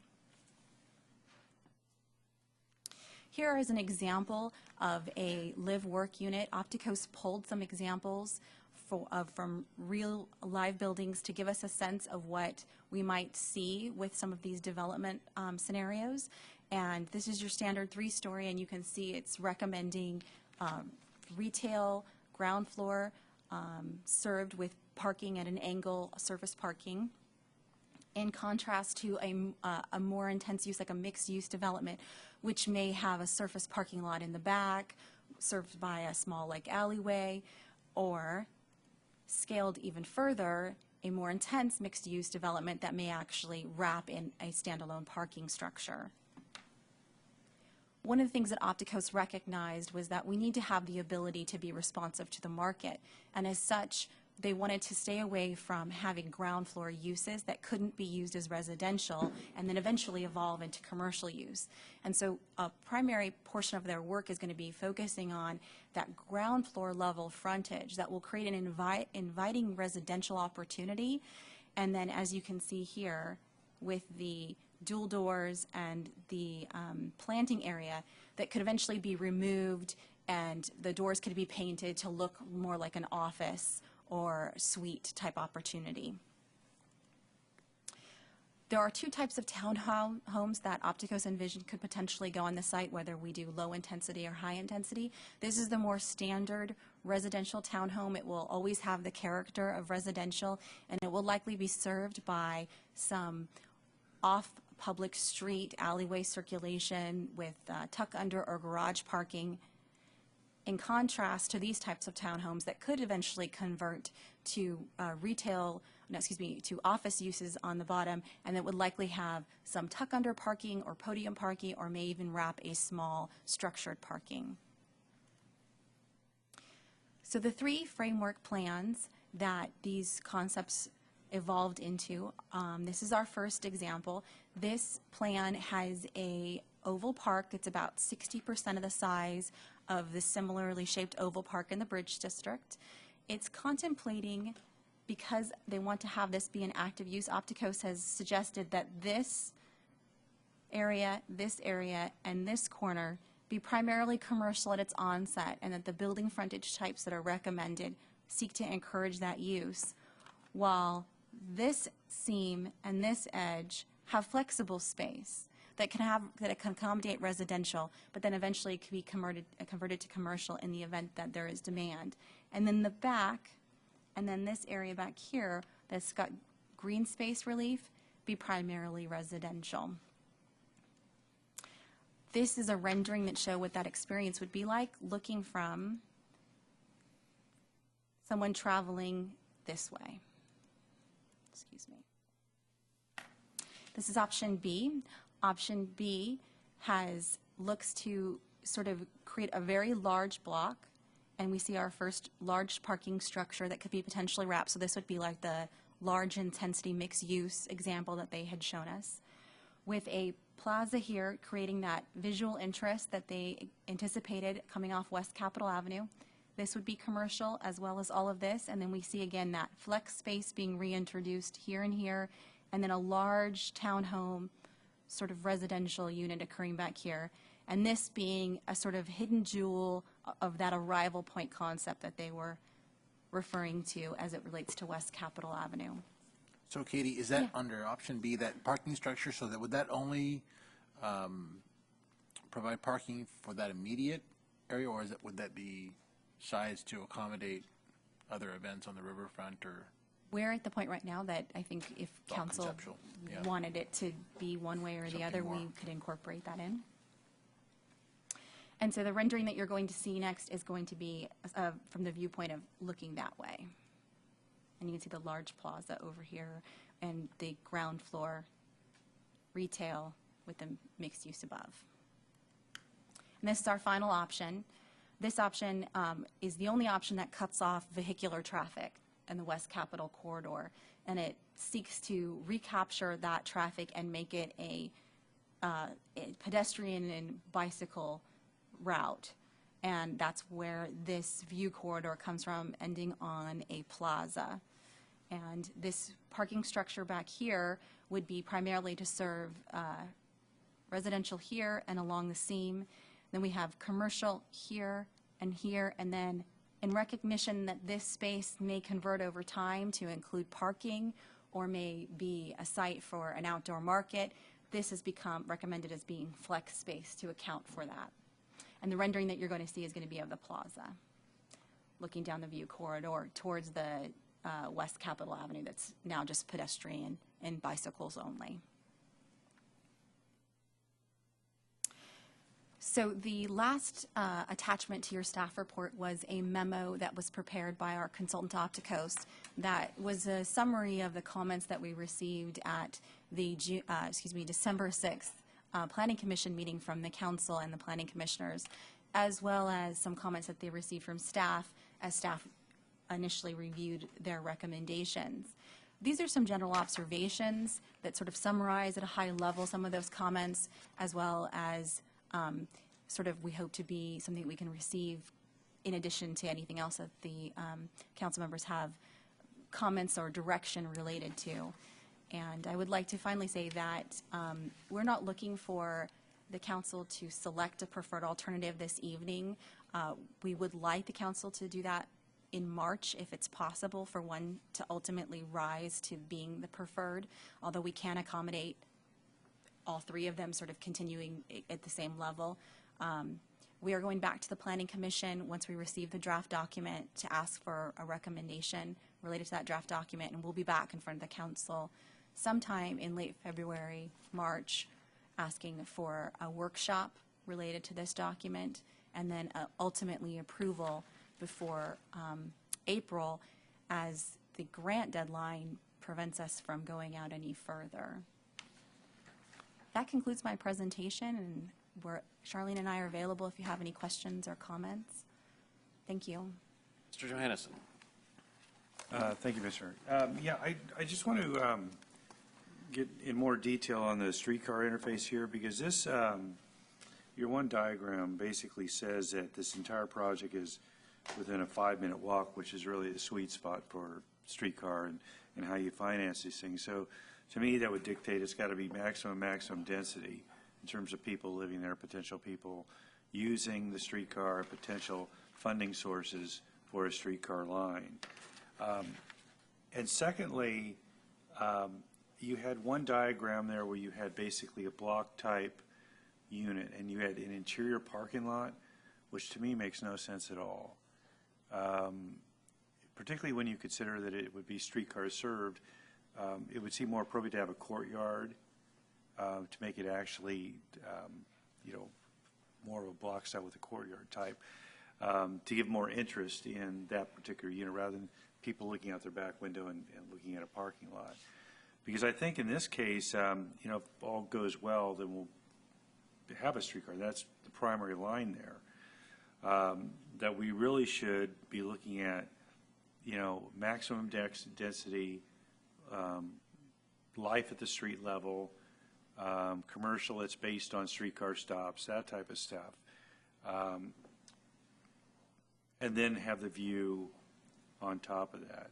So I know that the Planning Commission, I think they liked option A, but I kind of think... They did. They liked option A, yes. So it's, and I'm going more toward one of the other options that has more higher density, that really utilizes the streetcar and then has the visual activity at the ground level, because you'll have a lot of people walking.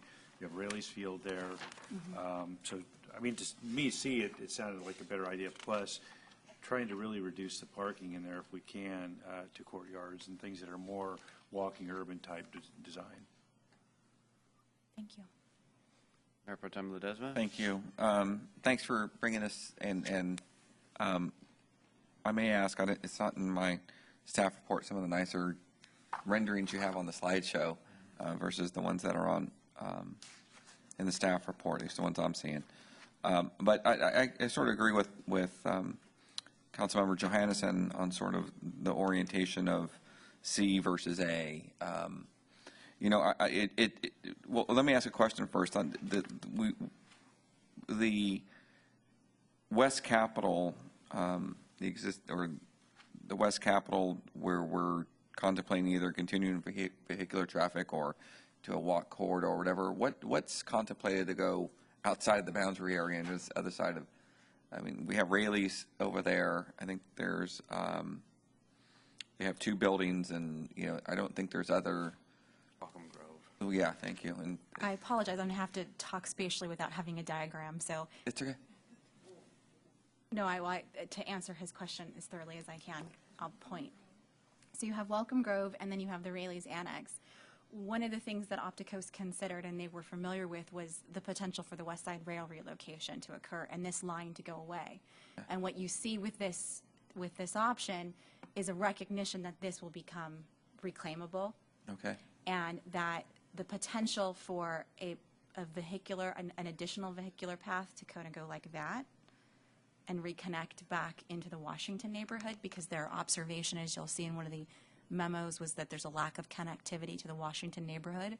That was going to be my observation. So this option sought to, with a long-term plan, eliminate what they considered to be a weak connection and perhaps establish a better north-south connection instead of keeping an east-west connection, which they felt already existed with Tower Bridge Gateway. And so this option sort of cuts that off for a time period in anticipation of this being reclaimed. And thank you, because it sort of has, obviously there is a natural barrier there. And what I was thinking is that there is that option, although I like it because the orientation from the streetcar perspective, but it still creates a barrier just by the backside of it being going nowhere. So I'm glad they're thinking about that, and just that's probably what we need to think about more, because if this were to be built today, 10 years from now or whatever it is, some planning commission and some city council is going to look at that and go, what were we thinking cutting that off? So we just lost all sorts of potential. So I'm glad that they're thinking about that. And I do agree with just sort of, I've always, as we move forward on West Capitol Avenue, it is so important that we get it right and steer more towards where maybe we're not comfortable going. And I say that because maybe in option A, we're still sticking to the West Capitol paradigm. We're thinking it's still there, and we need to kind of keep that road and vehicular traffic. And when I was listening to Mr. Johannesson, it occurred to me, I thought of being in Boston and taking the T out to the Brookline neighborhood, and just the total transit experience you get, because there's shops and stores, and you can get off the stops there, and it's very, you're at a transit stop, and there's restaurants, cafes, and little shops and services, and then you can walk out and you're into the very dense neighborhoods, and within Brookline it fans out if you've ever been to that part. And that's what I always kind of waited on, when are we going to get like that? And so the design, the opportunity this design exercise gives us, and this provides, is how can we steer more towards that, because that's what we need to get to on West Capitol and in the Washington neighborhood and in the Bridge District. Of course, we're already planning for streetcars. So just my thoughts. I think I'm kind of agreeing essentially with that. Tower Bridge Gateway needs to be the entrance, but it'll be an area where there should be ground level activity, and so people get off, and that's where they can stop and then continue walking down West Capitol to get to the Capitol Bowl, wherever they're going, and move on their way. So, but anyway, so thanks. Those are my comments. Well, I already started talking, so I'm just going to keep going. Yeah. I agree with the comments. We do need to up the density. I mean, particularly what this grant was for figuring out how to do stuff like that. But I mean, particularly given the density we already have at Ironworks, which is low, and which is happening at Tower Bridge Commons, which is significantly lower than we had hoped for. That we can't, the pressure keeps coming to go lower, and we can't, that's not sustainable environmentally, it's not sustainable economically, it's not sustainable for our infrastructure or our financing plans. So on those that, particularly on pieces of property that we control, we need to be, have high level of fidelity to what our land use vision has been. So I absolutely agree, and certainly the streetcar ought to be the foundation of that. So in that respect, I do like option, the feel of option C, and I know you're not asking us to pick one, but I wouldn't pick option C in part because I'm not sure. I mean, I get the idea of the orientation towards the Tower Bridge Gateway intersection, but I don't actually agree with it. I mean, as the construction of Tower Bridge Commons has gotten underway and the improvements to Tower Bridge Gateway are there, it's quite obvious now that I look at it that why have we not planned a essentially a full-blown Paseo connection between our downtown and the waterfront along the alignment of West Capitol Avenue? So it seems like an obvious one, and that ought to be. I mean, we already have that facility. We have the right of way. I mean, we're planning on building on it at Tower Bridge Commons. But I mean, this notion that you would have an unbroken, not just a sidewalk on Tower Bridge Gateway, which is certainly better than we've had in the past, but that's just a sidewalk as opposed to a major sort of linear park style connector between the waterfront and the downtown. I mean, this portion of it, including the portion on the other side of the undercrossing, you wouldn't have to close it you wouldn't have to close that section to vehicular traffic, but you could still make it. It doesn't require as much capacity as it currently has for vehicular traffic, but you could close this part to vehicular traffic, but align it more towards West Capitol Avenue as opposed to coming to the corner of Tower Bridge Gateway and West Capitol Avenue, which looks like a great point if you were having a march or something, but you're not actually, there's nothing to go to there, right? I mean, there might be a little bit of retail stuck into Delta Lane. There's never going to be retail at Ironworks because we didn't zone for it.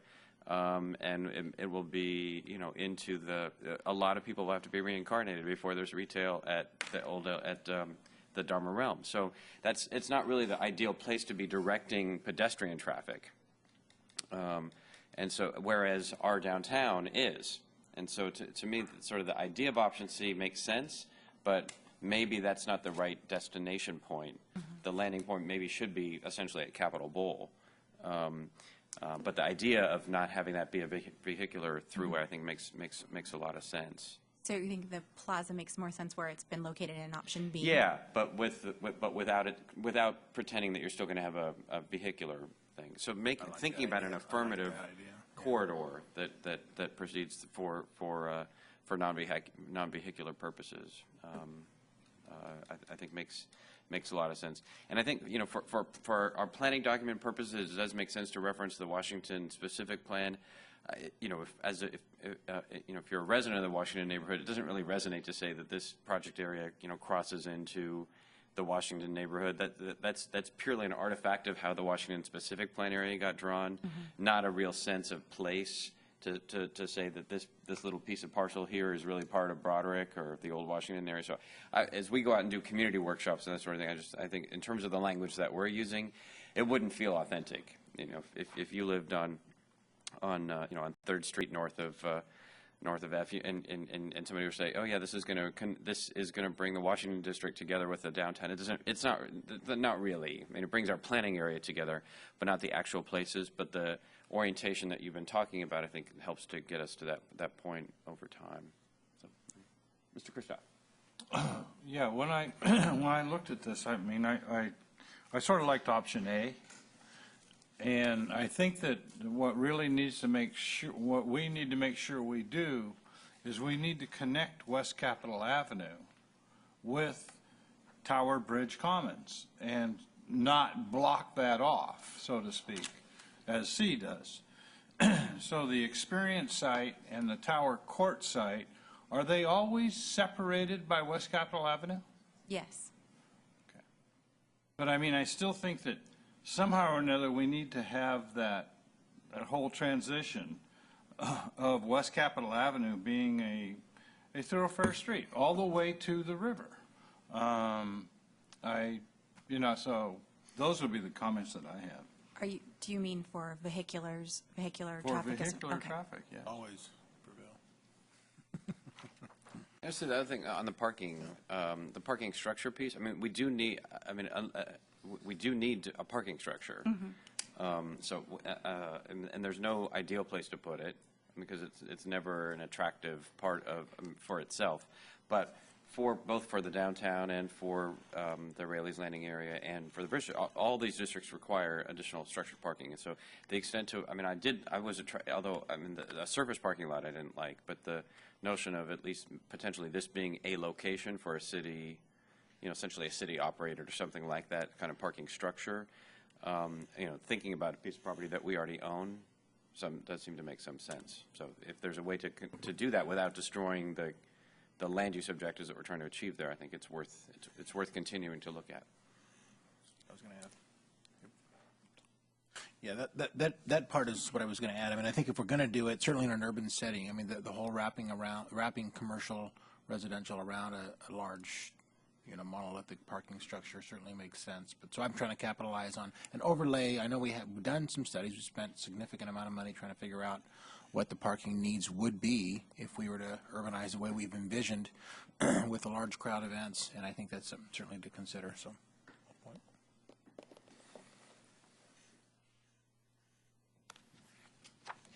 Other comments or discussion? All right, do you have enough preliminary comments and direction to proceed? Are there other questions that you had of us that we haven't taken up? No, I think we have sufficient information to move forward with a draft document, and we'll share council's comments with the consultant tomorrow when they bring in an admin draft of the draft document. Can I just add one last thing? Sure. I have a hard time visualizing what that would look like, and this is such a critical intersection for us. To the extent possible, without a lot of expense, it would be helpful to have renderings that give you kind of a streetscape view of kind of what the different options look like. Because the pictures were helpful, but it didn't give me a sense of what it would look like as we go through it. And we've talked about this before as we come in and out of that intersection. That's a critical. We only get one shot at it, so it would be helpful if they've got them at the intersection of Tower. This intersection here. Yeah. Tower Bridge. Exactly. What that looks like. What's the street view? We will make that request to our consultant, although we are constrained by our budget. I understand. I know. So. I know. But you've got some good stuff already. Maybe I should have tracked it differently. I thought we were going to have renderings available here, so it's fine. We can respond in a council memo or a newsletter if I have some additional information that I can share before our planned workshop. Good enough. Yep. Thanks, Katie. And just one other thing too is we saw a rendering on Tower that somebody put together for Tower Court many years ago. And I really wouldn't be opposed to high-rise office, we'll say, on Tower Court. And then having the other parts of the residential really sort of support that high-rise office. I mean, I realize that'll be in direct competition with Friedman and some of the other things that he may want to do, but I mean, it's something that I would not be opposed to taking a look at. All right. Thank you then. That concludes our consideration of item 9. Item 10 then is consideration of proposed site plan for Bright Park.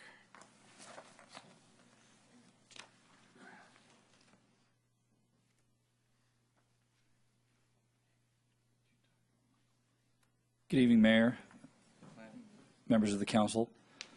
Back in February of last year, Quadriga Landscape Architecture was selected as the firm that would assist in the preparation of the Bright Park Master Plan.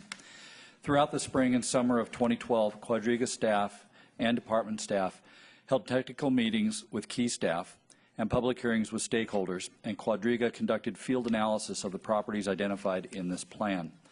Drafts were developed and reviewed by both groups. Drafts were revised and reviewed again by both groups. After the concepts were vetted and the scope of the project came into focus, the final draft was taken to the Parks and Community Services Commission for review and comment at their September 2012 meeting. They approved the plan and recommended it for Council's review tonight. It was also reviewed on 2 separate occasions by the City School 2x2 and is on the agenda for tomorrow night's school board meeting. It's now my pleasure to introduce to you Christine Talbot of Quadriga Landscape Architects, who will take you through tonight's presentation. Good evening. So this is an update on where we are on the current master planning efforts for the Bright Park. If you recall, the original master plan that we prepared focused only on the existing Bright Park area. And since that time, we've been asked to expand the planning area to include the Alice Norman area and also Holy Cross Church and schoolyard. And these are our additional planning areas. One of the most important components of combining these different planning areas into one usable community park was the interface between Bright Park and Alice Norman playfields, and we've looked very carefully at the crossing of Carey Street specifically as far as pedestrian safety and traffic calming. This is the overall master plan. I do have enlargements so that I can show you the components more specifically. This large green circle showcases the existing Bright Park area and the components that we're anticipating incorporating in that area. This is the Alice Norman playfield areas and additional Alice Norman area and the Alice Norman Educational Center, and then Holy Cross. Focusing specifically on the Bright Park area, there's 3 important elements that we've focused on, mainly circulation of the park and incorporating circulation into the existing park, consolidation of the sports fields, and a centralized community amenities. We got a lot of comments from the community about noise along Todd Hunter Avenue and excessive parking. So we looked at incorporating a lot of the community picnic and playground and parking areas into the more central part of the park to keep them away from the neighborhoods and to assist in organizing the parking so that we could share with the school district.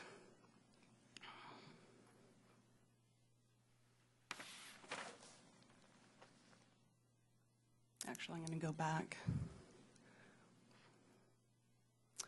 The red lines indicate pedestrian circulation around the park and also throughout the park, connecting a ball field, a new adult softball ball field component, an all-weather soccer field, and additional sports field upgrades.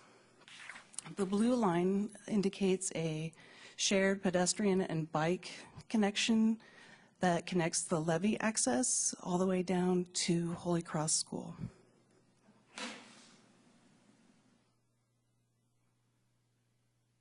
This is an enlargement showing some of the community non-sports amenities.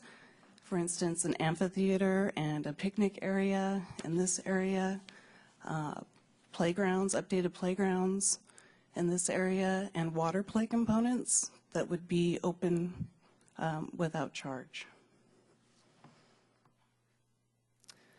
Another area that we're looking at is the corner of the existing Bright Elementary School, and we've been working with the school district on planning for this area and incorporating more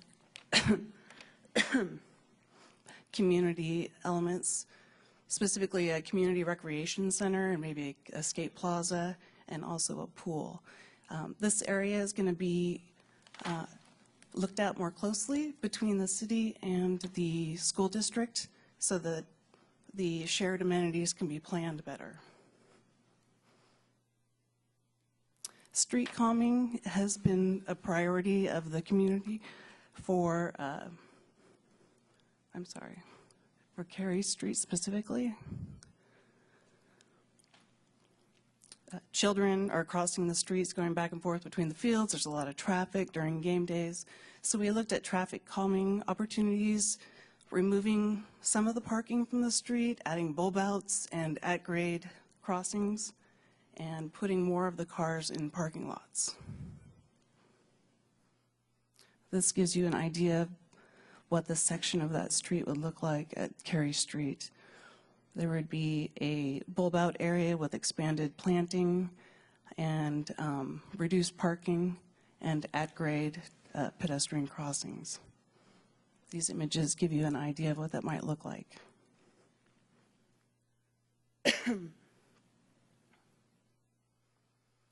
The blue line shows the connectivity of the Bright Park area through the Ellis Norman area, a renovated adult baseball field, and connecting down to the corner and crossing over to Holy Cross so that we have one off-street pedestrian and bicycle connection through the whole planning area. That's just indicating that area will be getting a little more study.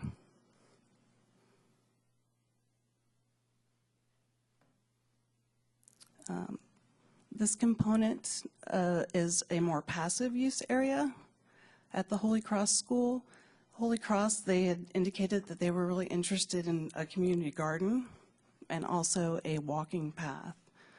So we relocated the existing community garden that's at the elementary school down to the Holy Cross area, added some more picnic areas and an updated soccer field.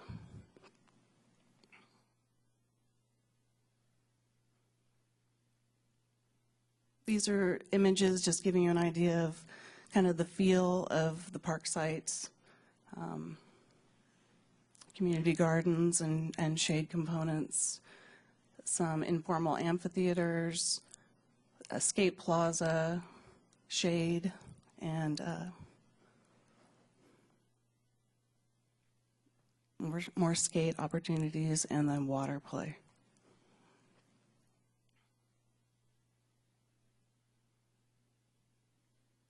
And that's the end of my presentation. If you have any questions. Mr. Christoph. Yeah. You know, one of the issues that this council's dealt with for years, and that's parking. Mm-hmm. Parking around the park, especially on Todd Hunter, on Cary, and then what's the street over from Cary? Separates Holy Cross and Anna Street, right. Yeah. Those three streets. And I didn't see anything in here as far as where the people are going to park.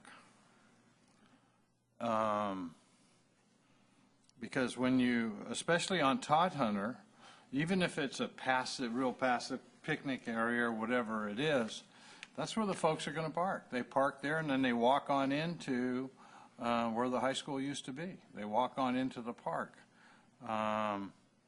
Even if you relocate the ball fields, people still have to park someplace and then take their equipment on in, so that they can participate. So I didn't see where it is unless I missed it. Perhaps I skipped over that part, so let me go back. Because we did look at parking pretty extensively all the way around. Right. And let me go here. So because we've relocated and consolidated the adult softball fields in this location, what we're proposing back here is angled parking along that street edge, so that would increase the parking capacity along that edge. There's also a parking lot proposed here on the school, well, it's all shared property, but an additional parking And how area many here. spaces will be there? Right now, I think we have it about 80 80? at this Okay. particular, did you? 65 is what it 65 is what it says. And overall, just to give you an idea, we did do a parking count based on the on-street parking and what exists currently. And at the build-out of the master plan, there was going to be an additional 145 spaces. And beyond that, we're looking at partnering more with the school district to share parking during, Right. evening and weekend hours. So Right. we're trying not to encroach too much in the parkland by putting a lot of parking lots, but look for opportunities for sharing and organizing of the space so that there's more consolidation of people, where for the soccer tournaments, they're not parking Right. throughout the whole neighborhood. And that's the idea. But you're right. I mean, we've heard from everyone that parking is an issue, so I think. Okay. Mr. Johannesson? On the issue of the community rec center and the pool and skate plaza and all that, is it just down here is for discussion purposes only, or is that actually being planned in there? Well, we've been showing it as part of our plan for space planning purposes, but as we've gone through the process, the school district, their plans for that school has changed several times. And so right now, the city and the school district are looking for opportunities to kind of share resources and maybe opportunities for, adult or teenage education and grant funding opportunities. So they'd kind of like to look at it together in more detail. So for the purposes of the park master plan, we're just showing this area as an important community entrance to the park area without giving super defined components. Right, so the amenities at that point are still up for discussion. Right. I think the idea was that there would be some community recreation, either offices or meeting rooms, maybe an open gym where there could be boxing, that kind of thing. Yeah, one of the things I just wanted to make sure is we've got a lot of seniors that are in that area, and to make sure that there's amenities here for seniors. One thing would be, for example, a therapeutic pool. Missed out at the rec center for doing something like that, but it's for people recuperating. Things for seniors to do as well to help with our aging in place. I think it's terrific. I mean, the schematic and the presentation really, it's the sort of project that we have done in Southport as a result of new developments, and it's the sort of project that I think has been long anticipated and hoped for in this neighborhood, and for the many of us that use the park facilities, which are a tremendous amenity throughout the whole city. The one important risk and caveat is if people will look at it and say, in the same way that we look at a Southport plan and say, oh, okay, well now that's what's going to, that specific thing is going to get built, and it's all going to get built next year. And this is entirely unlike Southport in the sense that we don't have a pot of money that have been paid for by greedy developers for us to build exactly what we want to when we want to build it. And so the master plan is a framework to help guide lots of future investments, much of which are not investments that we have direct control over. And so I know there's been a side conversation with Mayor Pro Tem Ledesma, who's on the 2x2, and so he spent more time on this work. But I know the notion is we will apply resources that we have, which are extraordinarily limited. I know the school district is very committed to this side as well. They'll do what they can. They have very limited resources, and so we have to be on the lookout for grant opportunities. Grant opportunities rarely are, we have $5 million available to do whatever you want to, right? And whether that's whether it's a recreation pool, whether it's a skate park or whatever, generally the grants are for what the grantor wants to fund. And so thinking about this as a framework for how we take advantage of opportunities that emerge is, for me, that's the right way to approach this, as opposed to thinking, okay, well, our master plan says skate park. There's a grant out there for a culinary academy, but that's not on our schematic. Our schematic says skate park. We can't. That's not how this is going to work. We don't have the money to build anything close to this project at the city. Even the city and the school district together don't have the money to build this project, not even close. So we're going to need to look. We're going to need to look for and successfully get other sources of funding, most of which are, have their own criteria, their own opportunities. And so, as you described, the part where the community rec center is, I think is true. Really, largely across the whole project, we will have money to seed some of this work.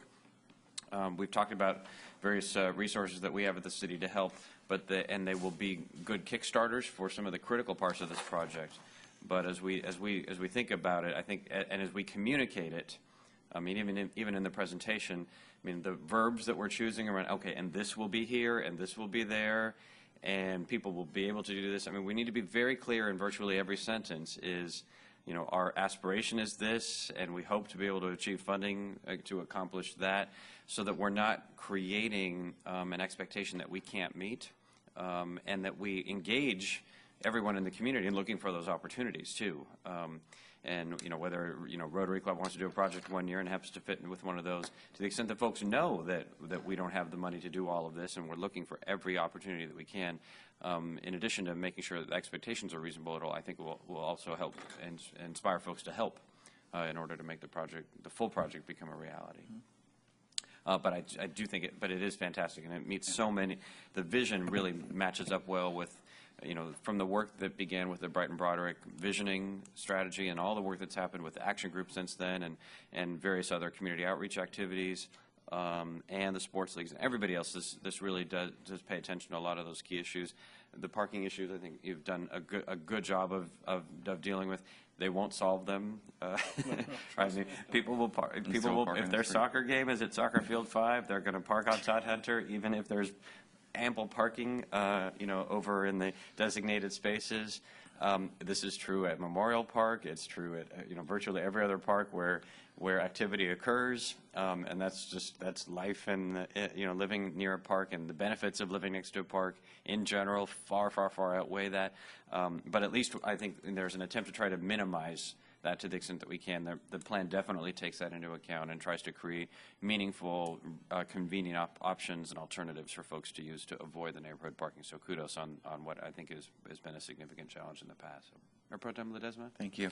Yeah, I appreciate your remarks and your conversation about funding, which I'll talk to you in a second. But really what, and I'm sure Councilmember Villegas has his comments too on this, but this was a really good process for us to work through with school board members at the 2x2, because it did represent at least our two groups coming together and envisioning sort of and getting input from our residents in the area about what they needed and wanted, and you're right, it is aspirational, but we did also have an opportunity, and as our staff and consultant were on this,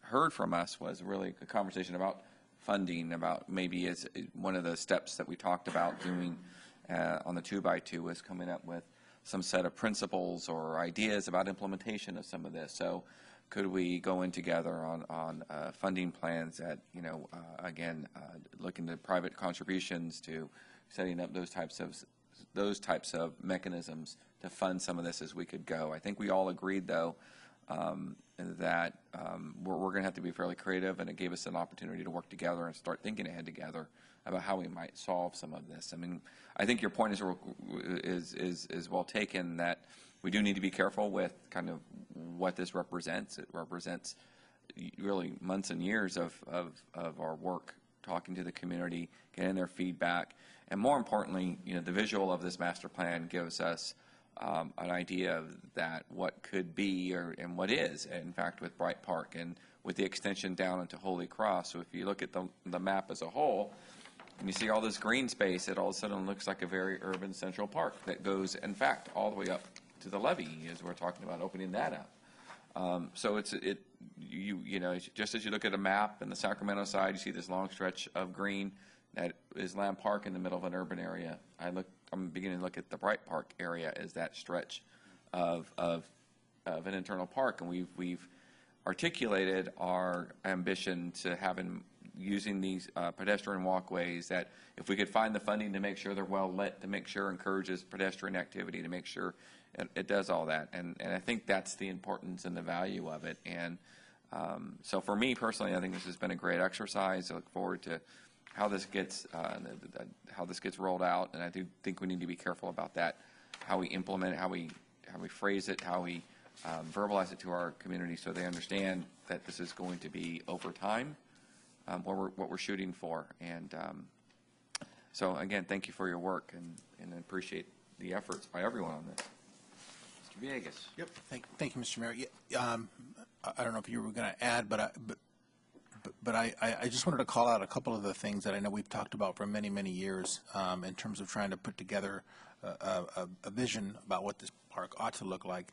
And I think you've done a wonderful job of incorporating those concepts, not only connectivity to the existing trail system on the levee, which we've improved recently. I think that's the first thing that people talked about, is access to the river and being able to view the water from the levee side. Having some lighted fields for soccer, that you've included that as part of the centerpiece of this complex. You've sort of consolidated the adult softball fields with fencing, which everybody's talked about, the parking issues everybody's addressed, the connection between this park, the park just south, and then Holy Cross, which we've all talked about, in a safe way where there's street calming measures that allow folks to kind of move about without having to worry about the traffic. But I think the other central piece of this, there are two things. One is, and I think Councilmember or Vice Mayor Ledesma indicated, the way in which we've been able to work with the school district to get this to come together. This is a great partnership, a good example of the things we can do. But that's just the beginning. The next phase of this part, even if we were to realize the vision that we've got here, is the multitude of services that are going to come to the community that wrap around the community recreation center. The services the district is talking about providing to the community in partnership with some of the community-based organizations is going to serve as a real centerpiece for services being provided in the community beyond what I think many folks have envisioned. So this is a great start, and I'm certainly supportive of all the work that the staff has done. So in terms of getting people excited about it, but not too excited too quickly, so can you, Andre, maybe provide us with some sense of how you envision rolling this out? We don't have all the money to do it all at once, and we're not going to have it today or probably tomorrow, but eventually we will, and so eventually we will do all of what we're saying. I mean, I see that day coming, but I know that there's a way in which we can phase some of this stuff, and some of the low-hanging fruit that we can do early on is doable. I know the Parks Director has talked a little bit about, well, we can do some stuff early on that doesn't cost a whole lot of money. That'll certainly get the thing started, and that'll sort of plant the seed for opportunities that exist to look for other funding sources to get to the next step. What would that look like if you had to begin with what you, and I know we haven't dedicated the funds yet to anything specific, but how would you phase that in, or what's the thinking right now? That would probably be better explained by our director. So, Bob, if you wouldn't mind coming up and talking about that. But to the mayor's point about setting expectations, staff, along with Quadriga, were very cognizant of the fact that we did not have the money to do this, and that it was, as you said, a framework for what we wanted to do. We swung for the fence on a lot of things here because we really think that's what the community deserves. And so there's a lot of innovative and cutting-edge stuff that we're looking at. We also know that by the time we might be ready to turn a shovel of dirt, if the funding were to come in, that this might look completely different based on how the needs and wants of the community might change during that time period, and what some of those features might look like. Equipment evolves and techniques evolve. So we were very cognizant of that, and we did try to communicate that to both the staff that participated, the supervisors and the coordinators, as well as the stakeholders. And then, Bob, I'll let you take that. With respect to how we roll this out, the next thing that you guys will see is you'll see the phasing plan, and then you'll see a cost estimate, very preliminary cost estimate as to what the entire plan is going to look like. We think we're fairly close on most everything except what will happen at the community center, because as Andre already said, we don't have a program for that yet. And the school district has committed to work with us to develop that type of program, and I think we'll do a majority of that work at the 2x2, hopefully. But you'll see the phasing plan, and then after that, again, what we'll be doing is using this as a framework to look for those opportunities, to look for grants. You know, it may be we may be able to land a grant for a skate park from whatever that got, Tony Hawk. At that point, we know where we're going to put it, and we could land that there. So I don't think there's an expectation that we're going to be able to build this all at once. I don't think that was ever on the table. I think the other thing we want to look at and we want to talk about a little bit, and you'll see that in the final document, is sort of the revenue perspective. You know, we're trying to design some of these things, the softball fields. We'd like to bring in tournaments. We'd like to, bring in those types of things to really help offset some of the cost of operating the park. So we're looking at those things. But as much as we'd like to roll it out all at once, it's probably not going to happen. We'll take what we can get when we can get it and see if we can plug it in somewhere. But you will see, hopefully in the next 30 to 45 days, the phasing plan and then the cost estimate. But we wanted to get your take on the site plan, because if there was something that you would like us to add or reconsider, we wanted to be able to incorporate that into sort of the phasing plan. So if you guys are good with this and this looks good, then we'll bring the rest of the stuff back to you. Perfect. Johannesson? Yeah, Bob, when you're looking at coming in with a phasing plan and the cost estimates, at that point, would you be able to identify kind of areas potentially where we could see some funding opportunities? Or would it be too premature for that? You know, for example, Tony Hawk or whatever you're going to do with the skate, maybe the Veterans Administration for some part, maybe, so some opportunities that you can identify, kind of the low-hanging fruit at that point. Yeah, it was interesting. The mayor mentioned the Rotary Club. We were actually approached by the Rotary Club. They're looking for a community project to do in the next 2 years. We sent them a copy of this and said, look this over and see if there's something you guys might be interested in here, because let's talk. So if they want to put in a playground or something, again, we have the plan to do that, and we know the location where it's going to go. It may take some things are going to have to come before others, because we can't just go in and kind of willy-nilly start plugging things in. But I think once we get baseball fields, for example, we get that section done, we get stuff moved over, we start to clear away other stuff, we'll be able to do more of that. And I think we will look for those opportunities. We'll look for as many as we can. We've already heard that there is some state money for joint use projects for the same type of project that we're talking about with the community center. When the school district said that they were going to sort of decommission Bright School, it was a huge opportunity for us, and we kind of jumped on that and said, well, what can we do together? And as Christine said, they've changed their plans somewhat since. But we want to get really back together with them and kind of dig in and figure out what it is that they want to do and see if there isn't a way that we could do something together on that. And maybe some grant money there to do a joint project, and that might be the first place where we start. Yeah, because there would be two issues: actually the donation and the contribution to get the thing up and running, but then you have the operation maintenance, which we're going to have to program in. Christoph. Yeah, I just think it's very important not to get the expectations of the people when you push this out tomorrow. You'll have a whole different audience. You'll have a different crowd. And when you do, I think the same thing needs to be said. Hey, look, this is a plan, and we're going to try to follow this plan, and we may have to piecemeal it, but we'll come back to you with each one of these different phases and things, and we'll be able to phase this in. But it's going to take some time. But I think the expectations need to be sort of ratcheted down so that people don't get the idea when they say, oh my gosh, this is going to happen in 2 years' time, because it really, these kinds of things don't come together that way. Yeah, or just ratchet it to reality. I mean, even the way you're describing it, it may not all happen at once. It not all happening at once. Right. Don't. I mean, even this. I mean, that's just like our flood program is not happening all at once. Period. We know that. So let's not pretend that it could possibly, in some strange alternate universe, occur. It will not happen. That doesn't mean it's not going to happen. It doesn't mean it's not amazing. It's amazingly necessary. It is, but.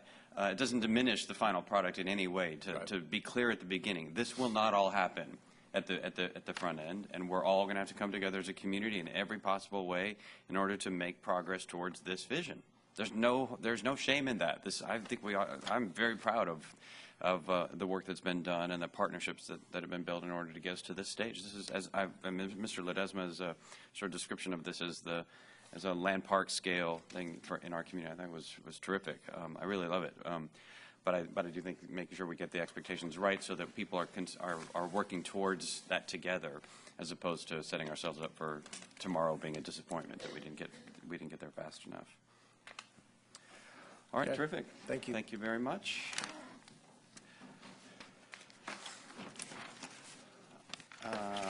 Council calendar, Ms. Richardson? Yes, Mr. Mayor, there's a couple items that are not on your calendar that I'd like to bring to your attention. Tomorrow afternoon at 4 p.m., there's going to be a second workshop on the West Sacramento Bike Pedestrian Trails and Master Plan, and that's going to be at, from 4 to 7 at the Bridge Room in the Community Center. And folks are invited to drop in and provide comment and hear about that particular plan. And also not on your calendar is the community forum that the port is having, the community input forum on the port business plan that's going to take place on January 22nd at the community center also. All right, any questions on the calendar? City manager report? Nothing other, Mr. Mayor and council members, other than the bike ped plan is scheduled to come back before you for consideration in March. Any questions on the city manager report, city attorney report? There is none. Staff direction from members of the council. Seeing none, we have no future agenda item requests. So we deferred our closed session until the end of the meeting, so we're going to recess into closed session. We will reconvene to report out to the extent that is required. So anyone that wants to stay for the report out of our closed session is certainly welcome to do so, but we'll now recess into closed session to consider our item.